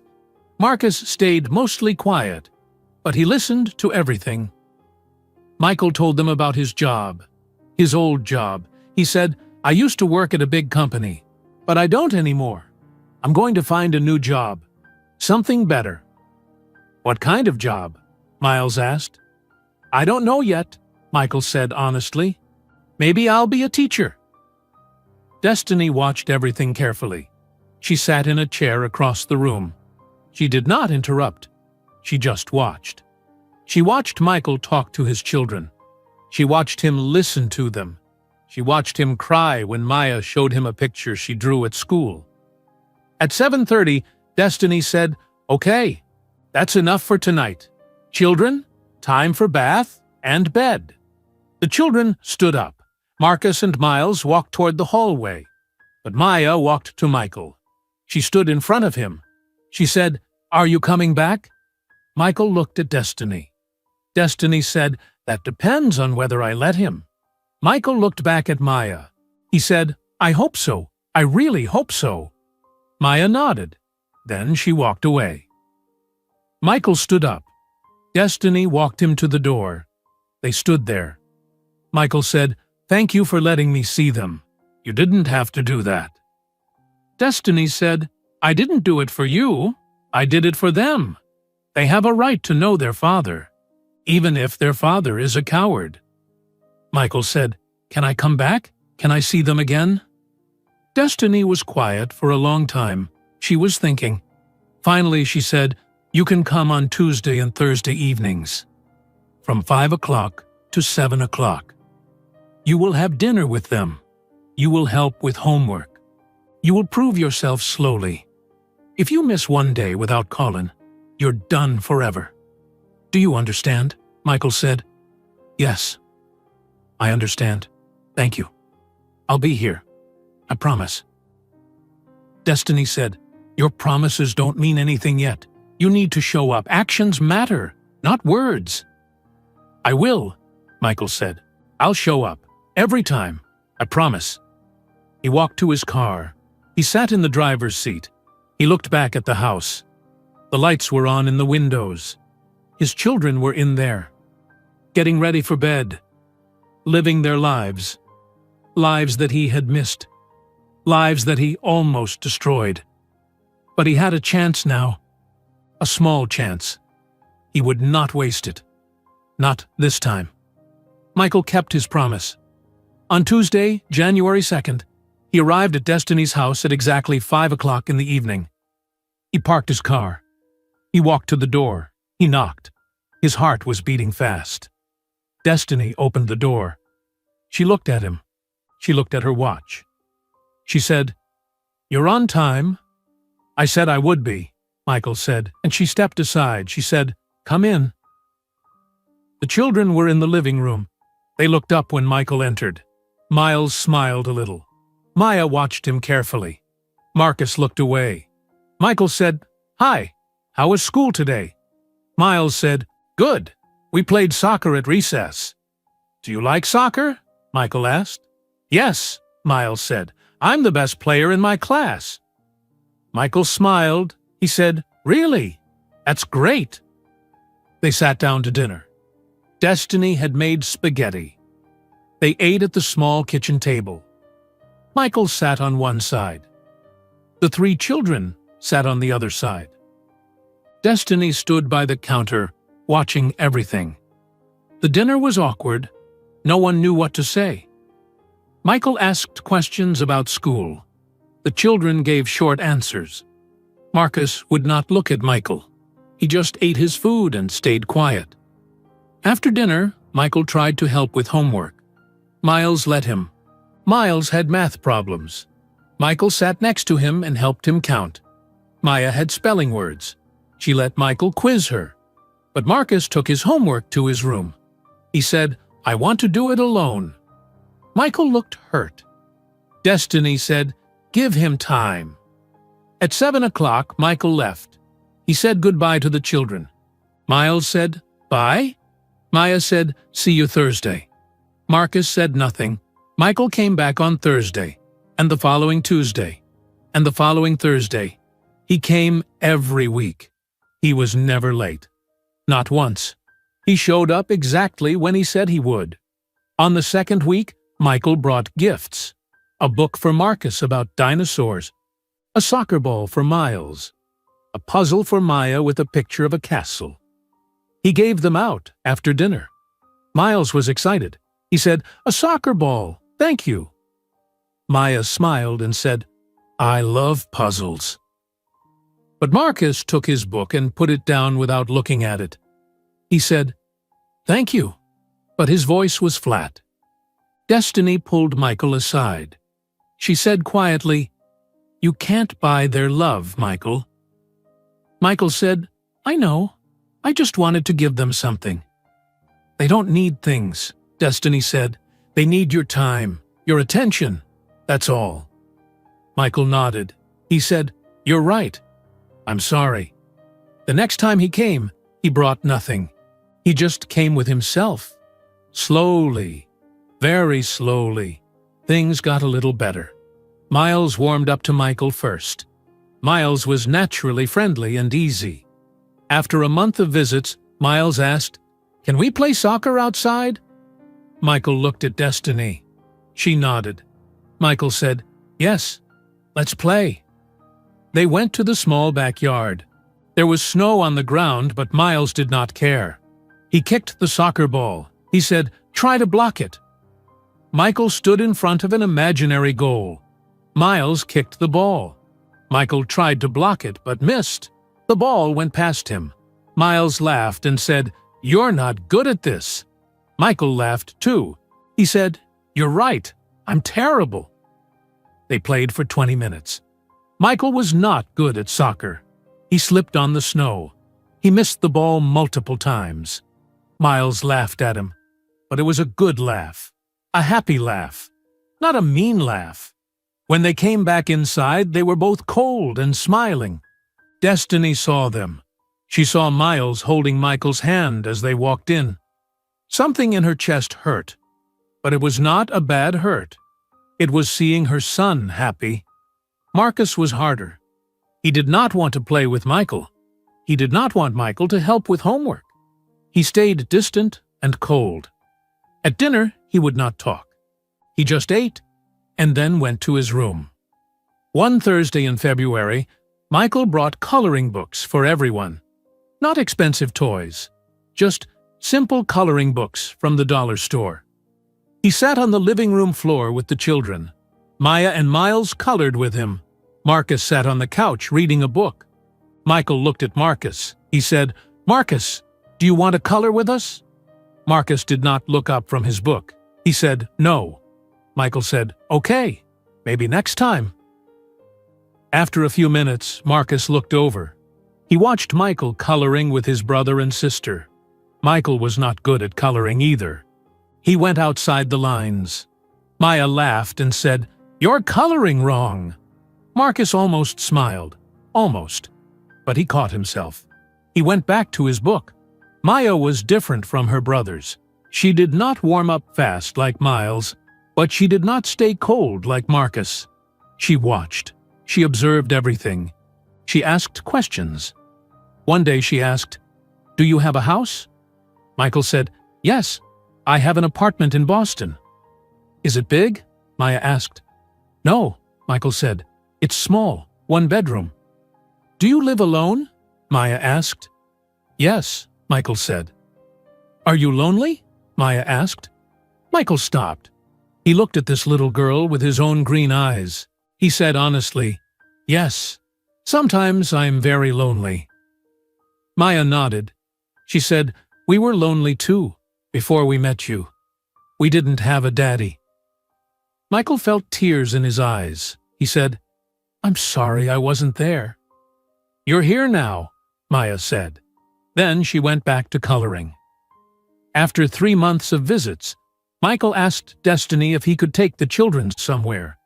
It was a Saturday in March. Michael called her on the phone. He said, I know I usually come on Tuesdays and Thursdays, but I was wondering if I could take them to the park tomorrow, just for an hour. Destiny was quiet. Michael waited. Finally, she said, Which park? The one near Franklin Park, Michael said. It has a playground and a pond with ducks. Destiny thought about it. She was nervous. What if something went wrong? What if Michael did not bring them back? What if he left them somewhere? But she also knew the children needed this. They needed to spend time with their father outside her house. She said, Okay, 1 hour. You bring them back at exactly 3 o'clock. Not 3:15. Not 3:30. 3 o'clock. I will, Michael said. I promise. The next day, Michael picked up the children at 2 o'clock. Destiny dressed them in warm coats. She said to Michael, Watch them carefully. Don't let them go near the water without holding their hands. I will, Michael said. She knelt down to the children. She said, Be good. Listen to your father. I'll see you in 1 hour. They drove to Franklin Park. The children were excited. They had been to this park before with Destiny, but never with Michael. It felt different. It felt special. At the park, they played on the swings. Michael pushed them. Miles went high and screamed with joy. Maya went medium-high. Marcus went low, but he went. Then they walked to the pond. There were ducks swimming. Michael bought bread from a vendor. He gave pieces to the children. They threw bread to the ducks. The ducks came close and ate it. Maya stood next to Michael. She watched the ducks. Then she reached out and took Michael's hand. She did not say anything. She just held his hand. Michael looked down at his daughter's small hand in his. He could not speak. His throat was tight. This was the first time one of his children touched him voluntarily. The first time one of them wanted to hold his hand. He held her hand gently. They stood there together. They fed the ducks. Maya said, I like the ducks. Michael said, his voice shaking, Me too. At exactly 3 o'clock, Michael brought the children home. Destiny opened the door. The children ran inside, talking excitedly. We fed ducks! There were so many ducks. Maya held Daddy's hand. Destiny looked at Michael. He had tears in his eyes. She said, What happened? Michael said, Maya held my hand. She just reached out and took it. Destiny nodded. She said, That's good. That's progress. While Michael was building a relationship with his children, Eleanor was alone. She had been in the hospital for a week. Then she went home to the Cape Cod mansion. But the mansion was empty. The servants had quit. Most of them found new jobs. They did not want to work for Eleanor anymore. Not after what they saw at the Christmas party. Not after the videos that everyone had seen. Eleanor hired a new nurse. Her name was Philippa. She was from Ireland. She was kind but firm. She helped Eleanor with her oxygen tank. She helped her walk around the house. She cooked her meals. But Eleanor was difficult. She complained constantly. She said, This food is too cold. You're walking too fast. I don't like the way you arrange my pills. Philippa stayed patient. She said, "I'm doing my best, Mrs. Richardson." Eleanor's phone did not ring. Her friends did not call. Her church did not want her back. She was alone with only a paid nurse for company. One day in February, Eleanor called Michael. It was the first time she had called him since Christmas Eve. Michael was in his apartment. He looked at his phone. He saw a mother on the screen. He did not want to answer, but he did. He said, "Hello." Eleanor's voice was weak. She said, "Michael, it's your mother." "I know," Michael said. "I'm home from the hospital." Eleanor said, "I've been home for 3 weeks. You haven't visited." Michael said, "No, I haven't." "Why not?" Eleanor asked. Her voice got stronger, more demanding. "I'm your mother. I almost died." Michael said, "I've been busy." "Busy with what?" Eleanor asked. Then her voice turned cold. "Busy with those children?" Michael felt anger rise in his chest. He said, "Yes, busy with my children." "They are not your children," Eleanor said. "Not really. You never raised them. That woman raised them." "Her name is Destiny," Michael said, "and they are my children. Marcus, Miles, and Maya. My children." Eleanor was quiet. Then she said, "Come home, Michael. Stop this nonsense. Come back to the company. Come back to your life. We can fix this."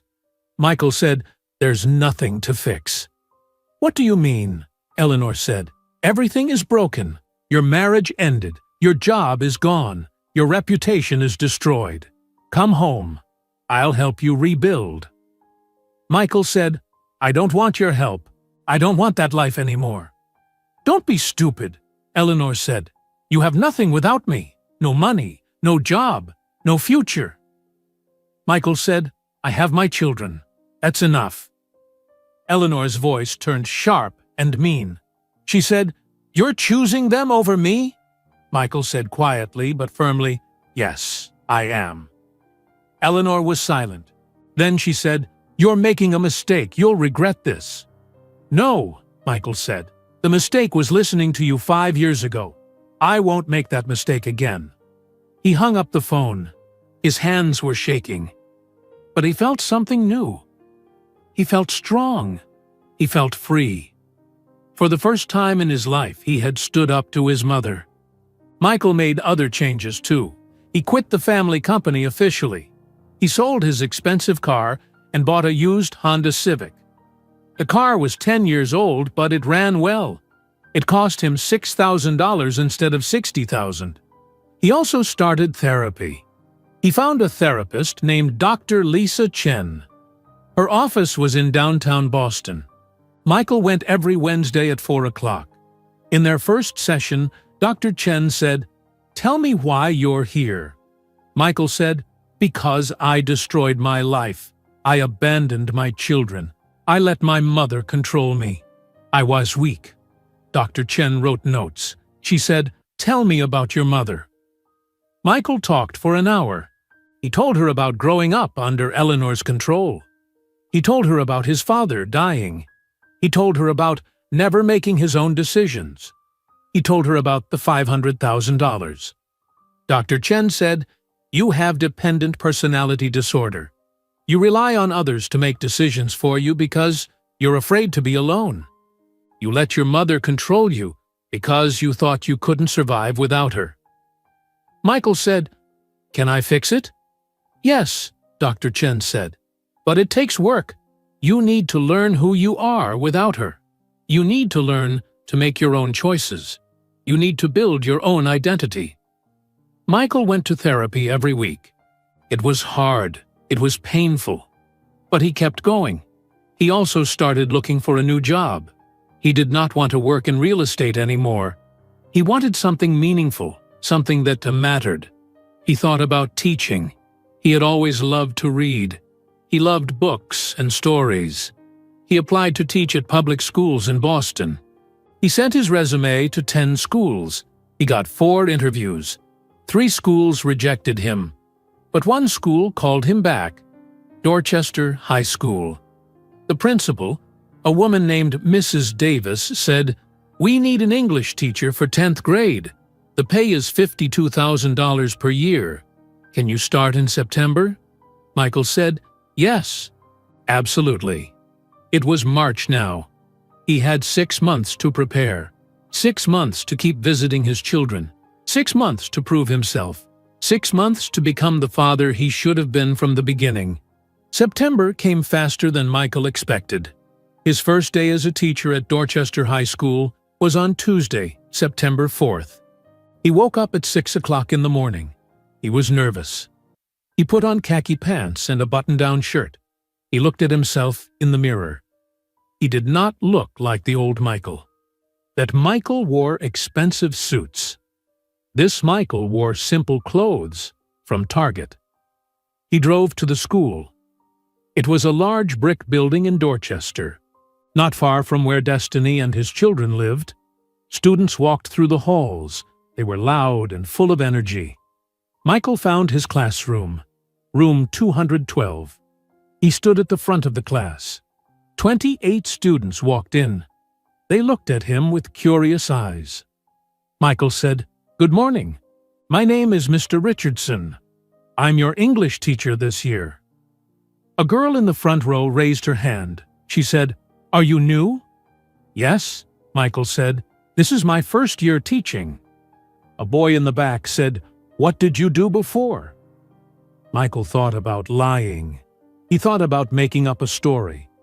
But he remembered Dr. Chen's words in therapy. "Be honest. Own your past." He said, "I worked at a real estate company, but I wanted to do something more meaningful, so I became a teacher." The students seemed to accept this. They opened their notebooks. Michael taught them about reading and writing. It was hard, much harder than he expected. But he liked it. At the end of the day, he felt tired but good. He went straight from school to Destiny's house. It was Thursday, his regular day to visit. He arrived at 5 o'clock exactly. He knocked on the door. Maya opened it. She smiled and said, "Hi, Dad." Dad. She called him Dad. Not Michael, not our father, just Dad. Michael's heart felt full. He said, "Hi, Maya. How was school?" "Good," she said. "Come in." Michael had been visiting for 9 months now, since January. He had not missed a single Tuesday or Thursday. Not once. He came when he was tired. He came when he was sick with a cold. He came even when his car broke down and he had to take the bus. He always came. The children were used to him now. Dinner was less awkward. They talked more. They laughed sometimes. Even Marcus was starting to soften. Just a little bit. At dinner that night, Destiny made chicken and rice. They sat at the table. Miles said, "Guess what? I scored 3 goals in soccer today." Michael said, "3 goals? That's amazing." Miles beamed with pride. He said, "Coach said I'm the best player on the team." "I believe it," Michael said. Maya said, "I got an A on my spelling test." "That's wonderful," Michael said. "You've been working hard on your spelling." Marcus was quiet. He ate his food. But then he said something. He said, "I finished my dinosaur book, the one you gave me." Michael looked at him. Marcus was looking at his plate, not at Michael. But he spoke. He acknowledged the gift. He acknowledged Michael. This was progress. Michael said, "Did you like it?" Marcus nodded. He said, "It was good. Do you have any more books about dinosaurs?" "I can find some," Michael said. "I'll bring them next time." Marcus nodded again. He almost smiled. Almost. After dinner, Michael helped with homework. He sat with Maya and practiced her math. He sat with Miles and helped him read a chapter book. Marcus did his homework at the table next to them. He did not ask for help, but he stayed in the same room. He did not go to his bedroom like he used to. At 7 o'clock, Michael got ready to leave. The children said goodbye. Miles hugged him. Maya hugged him. Marcus said, "Bye," and waved from across the room. Michael walked to the door with Destiny. She said quietly, "He's getting better, Marcus. He's starting to trust you." Michael said, "Do you think so?" "Yes," Destiny said. "It's slow, but I see it." Michael said, "Thank you for letting me keep coming. Thank you for giving me this chance." Destiny looked at him. She said, "You've earned it. You show up. You're consistent. That's what they need." Michael nodded. He wanted to say more. He wanted to say he still loved her, that he never stopped loving her. But he could not. That was not his place anymore. He said, "I'll see you Tuesday." "Tuesday," Destiny said. October came. The leaves changed colors. The weather got colder. Michael continued teaching at Dorchester High School. His students were starting to like him. He was honest with them about his life. One day, a student asked, "Mr. Richardson, do you have kids?" Michael said, "Yes, I have 3 children. Triplets, 2 boys and a girl. They're 6 years old." "Triplets?" a girl said. "That's cool." Another student said, "Do you see them a lot?" Michael said, "I see them twice a week. I wish I could see them more, but I'm working on that." He did not tell them the whole story. But he was honest. He learned that honesty mattered. His students respected him for it. In therapy, Dr. Chen said, "You're making real progress, Michael. You're building your own identity. You're not dependent on your mother anymore. You're making your own choices." Michael said, "It's hard. Some days I want to call her. Some days I want to go back to the easy life." "But you don't," Dr. Chen said. "That's what matters. You're choosing the hard path, the right path." Michael also started paying child support. He went to court and filed the paperwork.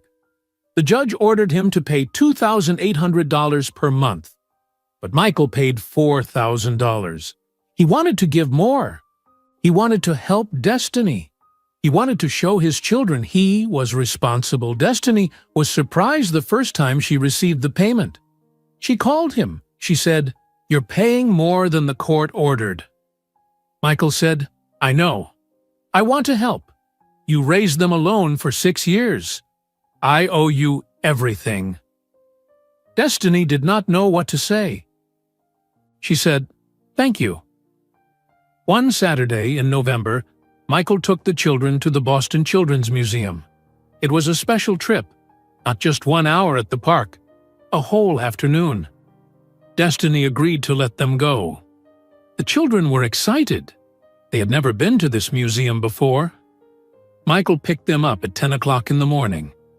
Destiny said, "Bring them back by 4 o'clock and feed them lunch." "I will," Michael said. At the museum, the children ran from exhibit to exhibit. They climbed on structures. They played with bubbles. They learned about science. Michael followed them. He took pictures on his phone. He bought them lunch at the museum cafeteria. Hot dogs and fruit. The children ate happily. In the afternoon, they sat in a quiet area to rest. Marcus sat next to Michael, not across from him, next to him. He was looking at a book about space. Michael looked over and said, "Do you like space?" Marcus nodded. He said, "I want to be an astronaut when I grow up." "That's a great dream," Michael said. Marcus looked at Michael. He said, "Do you think I can do it?" Michael said, "Yes, I think you can do anything you work hard for." Marcus was quiet. Then he said, "Why did you leave us?" Michael's heart stopped. This was the question he had been waiting for, the question he feared. He said, "Can we talk about this?" Marcus nodded. Michael took a deep breath. He said, "I left because I was scared. My mother told me I had to choose. Choose her and her money, or choose you and your mom and your brother and sister. I chose wrong. I chose money. I chose the easy path. I was a coward." Marcus said, "Mom says you're not a coward anymore." "What do you think?" Michael asked. Marcus thought about it. He said, "I think you were a coward before, but maybe you're not anymore. Maybe you're trying to be brave now." Michael felt tears in his eyes. He said, "I am trying. Every day. I'm trying to be the father you deserve." Marcus said, "Okay." Then he went back to his book. But a few minutes later, Marcus leaned against Michael's shoulder. Just a little bit. Just resting there while he read his book. Michael did not move. He barely breathed. He did not want to break this moment. His son was trusting him. His son was letting him close. When Michael brought the children home, they were tired and happy. They told Destiny everything. "We saw bubbles. We climbed so high. Dad bought us hot dogs." Destiny looked at Michael. She saw something different in his face. She said, "What happened?" Michael said, "Marcus talked to me. Really talked to me. About why I left. And then he leaned on me while he read his book." Destiny smiled. She said, "That's big. That's really big." "I know," Michael said. Meanwhile, Eleanor was still alone at the Cape Cod mansion. Her health was getting worse. She needed oxygen all the time now. She could barely walk from room to room. Philippa, her nurse, took care of her. But Eleanor was miserable. She tried to call Michael several times. He did not answer. She left voicemails. She said, "Michael, this is your mother. Call me back." He never called back. One day in December, Eleanor told Philippa, "I'm dying. I can feel it." Philippa said, "You're not dying, Mrs. Richardson. You're just ill." "No," Eleanor said. "I'm dying, and I'll die alone. My son abandoned me." Philippa said gently, "You pushed him away. You paid him to abandon his children. He didn't abandon you. You lost him." Eleanor was furious. She said, "How dare you speak to me that way? You're fired." But Philippa did not leave. She said, "Fire me if you want, but I'm the only person you have. If I leave, you'll be completely alone." Eleanor knew she was right. She said nothing. Philippa stayed. Christmas came again. 1 year since the confrontation at the Christmas Eve party. Michael did not go to the mansion. He did not see Eleanor. Instead, he asked Destiny if he could spend Christmas morning with the children. Destiny said, "Christmas morning is family time." "I know," Michael said. "I understand if the answer is no." Destiny thought about it. She said, "You can come for breakfast, from 8 o'clock to 10 o'clock. Then you leave so we can have our family time." "Thank you," Michael said. On Christmas morning, Michael arrived at 8 o'clock. He brought presents. Not expensive presents. Simple things. Books. Art supplies. A basketball for Miles. He wrapped them himself. The children opened their presents from Destiny first. Then Michael gave them his presents. Marcus opened his present. It was a book about astronauts. He looked at Michael. He said, "You remembered?" "Of course I remembered," Michael said. "You want to be an astronaut." Marcus hugged the book. Then he did something unexpected. He walked over to Michael. He hugged him. It was a quick hug. Just a few seconds. But it was a hug. The first hug Marcus ever gave his father.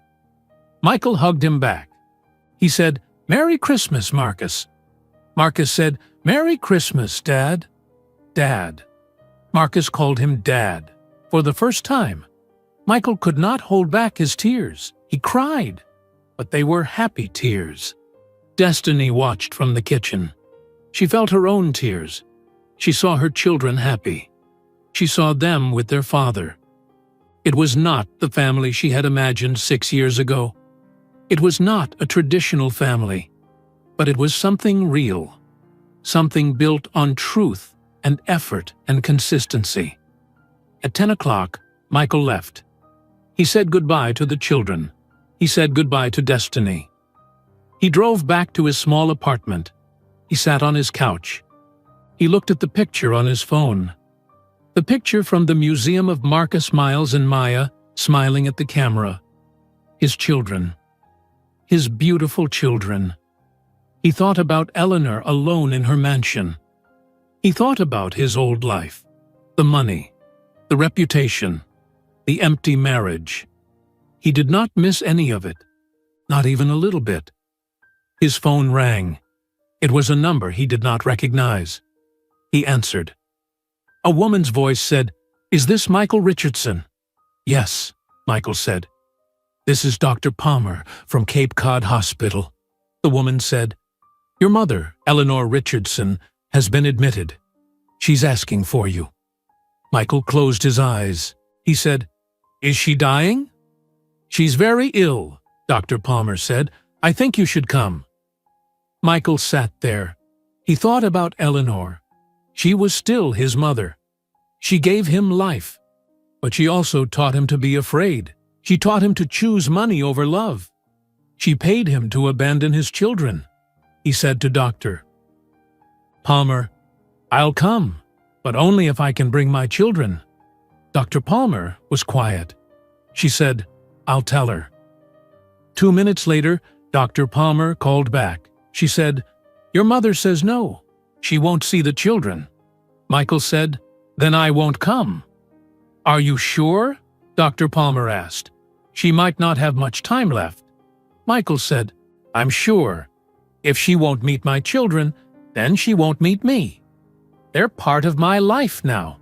They're the most important part." He hung up. He felt sad, but he also felt certain. He made the right choice. For the first time in his life, he chose his children over his mother. He chose love over obligation. Eleanor died 2 weeks later on January 9th. Philippa found her in the morning. She died in her sleep, alone except for the nurse. The hospital called Michael. He cried when he heard the news, not because he would miss her, but because she died without ever knowing her grandchildren. She died without ever admitting she was wrong. She died alone. That was the saddest thing of all. Eleanor's funeral was planned for Saturday, January 13th. Michael made all the arrangements. He called a funeral home in Cape Cod. He picked a simple casket. He chose a plot at the cemetery near the Richardson mansion. He did not want a big service. He did not think many people would come. He was right. On the day of the funeral, only 12 people came. Most were business associates, people who felt obligated to attend, people who had worked with Richard Richardson years ago. Eleanor's friends did not come. Her church members did not come. The people she spent her life impressing had forgotten her. Michael stood at the front of the small funeral home. He wore a dark suit. He looked at the casket. He thought about his mother. He thought about her control, her coldness, her racism, her choice to push away her grandchildren. He felt sad, but not for losing her. He felt sad that she wasted her life on things that did not matter. The service was short. A priest spoke. He said basic things about Eleanor's life, her marriage to Richard, her charity work. He did not mention Michael. He did not mention the grandchildren. He did not mention the scandal. It was a polite lie, a final performance for a woman who spent her life performing. After the service, everyone went to the cemetery. It was cold. Snow covered the ground. They lowered Eleanor's casket into the ground. The priest said prayers. People stood quietly. Then people left quickly. They got in their cars and drove away. By 3 o'clock, everyone was gone except Michael. He stood alone at his mother's grave. He looked at the casket in the ground. He said quietly, "You taught me to be afraid. You taught me that money mattered more than people. You taught me wrong. I wish you had met them. Marcus, Miles, and Maya. They're beautiful. They're smart. They're kind. They're everything you said they shouldn't be. And they're everything that matters." He turned to leave, but then he stopped. He pulled out his phone. He called Destiny. She answered. He said, "Can I bring the children here, to the cemetery? I want them to see their grandmother's grave." Destiny was quiet. Then she said, "Why?" "Because they should know where they came from," Michael said, "and the good and the bad. They should know their history, all of it."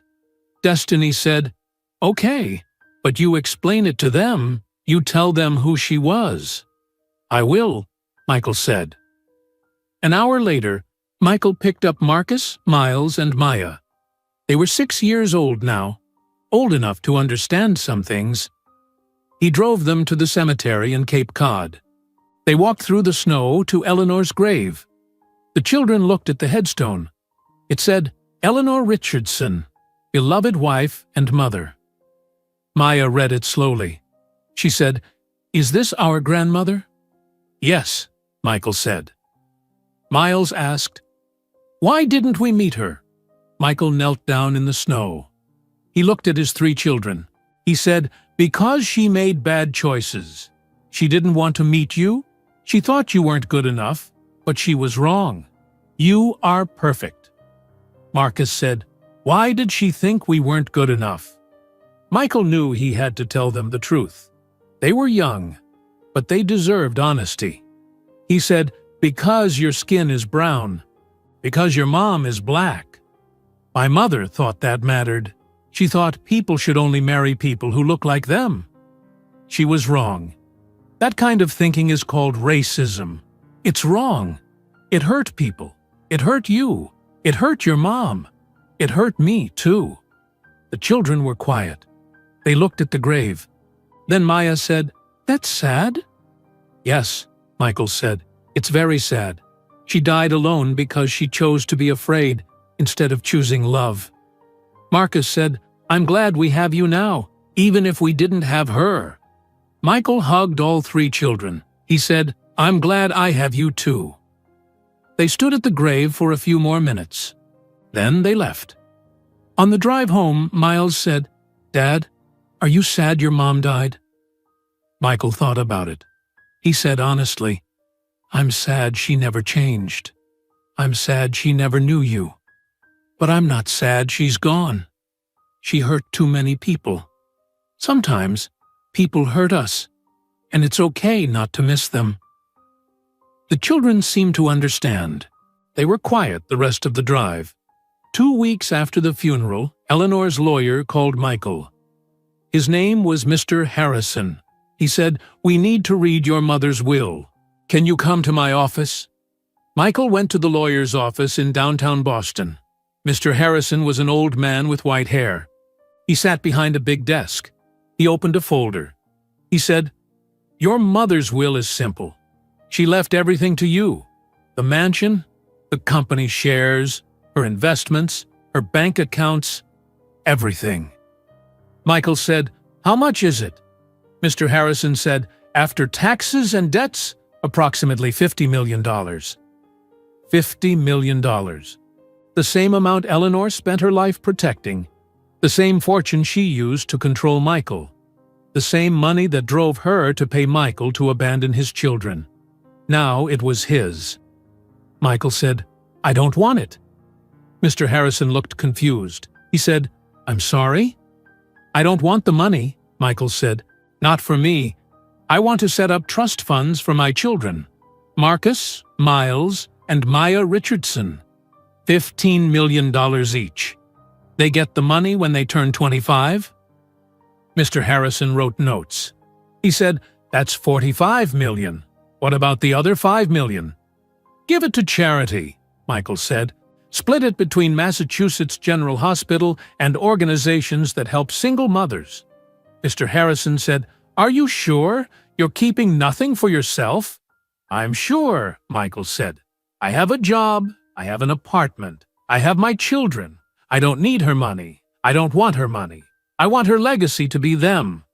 3 beautiful black children who carry the Richardson name. That's the legacy that matters."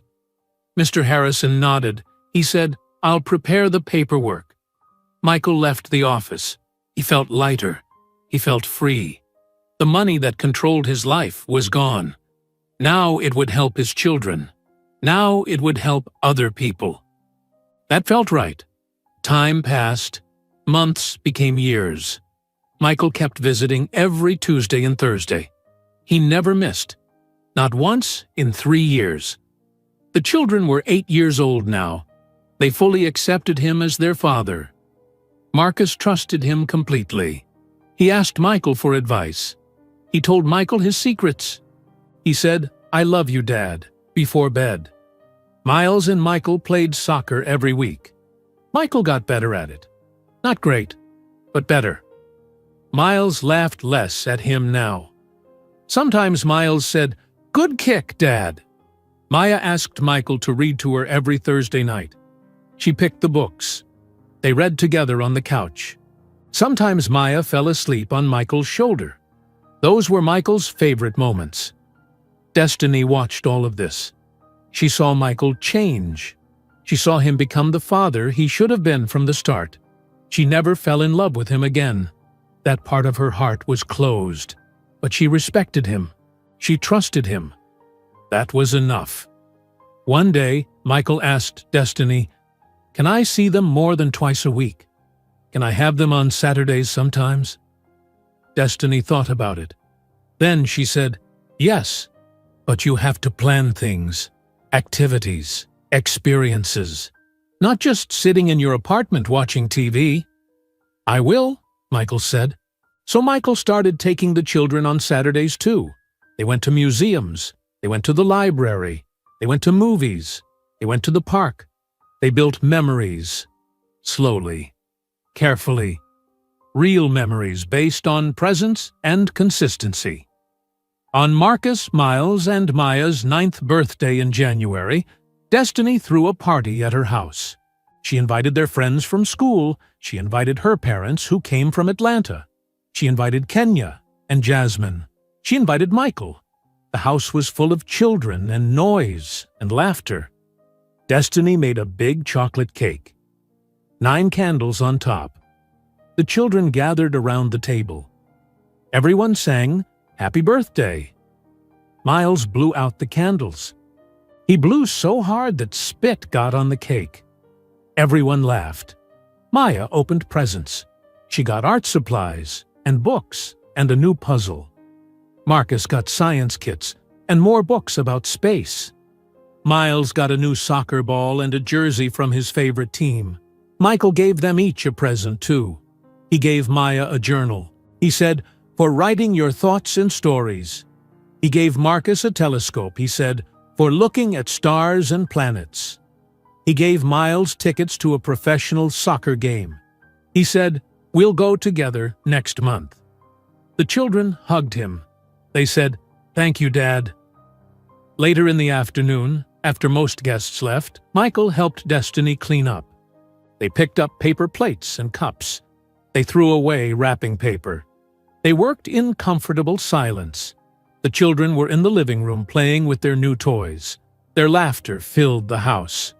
Destiny said, "You know, 5 years ago I hated you." Michael stopped cleaning. He said, "I know. I deserved that." Destiny said, "But you became someone different. You became who you should have been. That takes real courage." Michael said, "I learned from you. You were always brave. You fought for them when I ran away. You built this life. Everything good they have is because of you." Destiny smiled. She said, "Not everything. Some of it is because of you now. You show up. You're consistent. You love them. That matters." They looked through the doorway at the children. Marcus, Miles, and Maya were on the couch. They were in a pile together. Miles was showing Marcus something on his new soccer jersey. Maya was drawing in her new journal. They were happy. They were healthy. They were loved. Destiny said quietly, "They're going to be okay." Michael said, "Because of you." Destiny shook her head. She said, "Because of us. We both did this, in different ways, but we both did it." They stood there together, not as husband and wife, not as lovers, but as partners, as parents, as two people who learned that the hardest thing in life is choosing love when fear seems easier, choosing presence when absence is more comfortable, choosing to change when staying the same costs less. The Richardson name that Eleanor tried so hard to protect now belonged to 3 beautiful black children.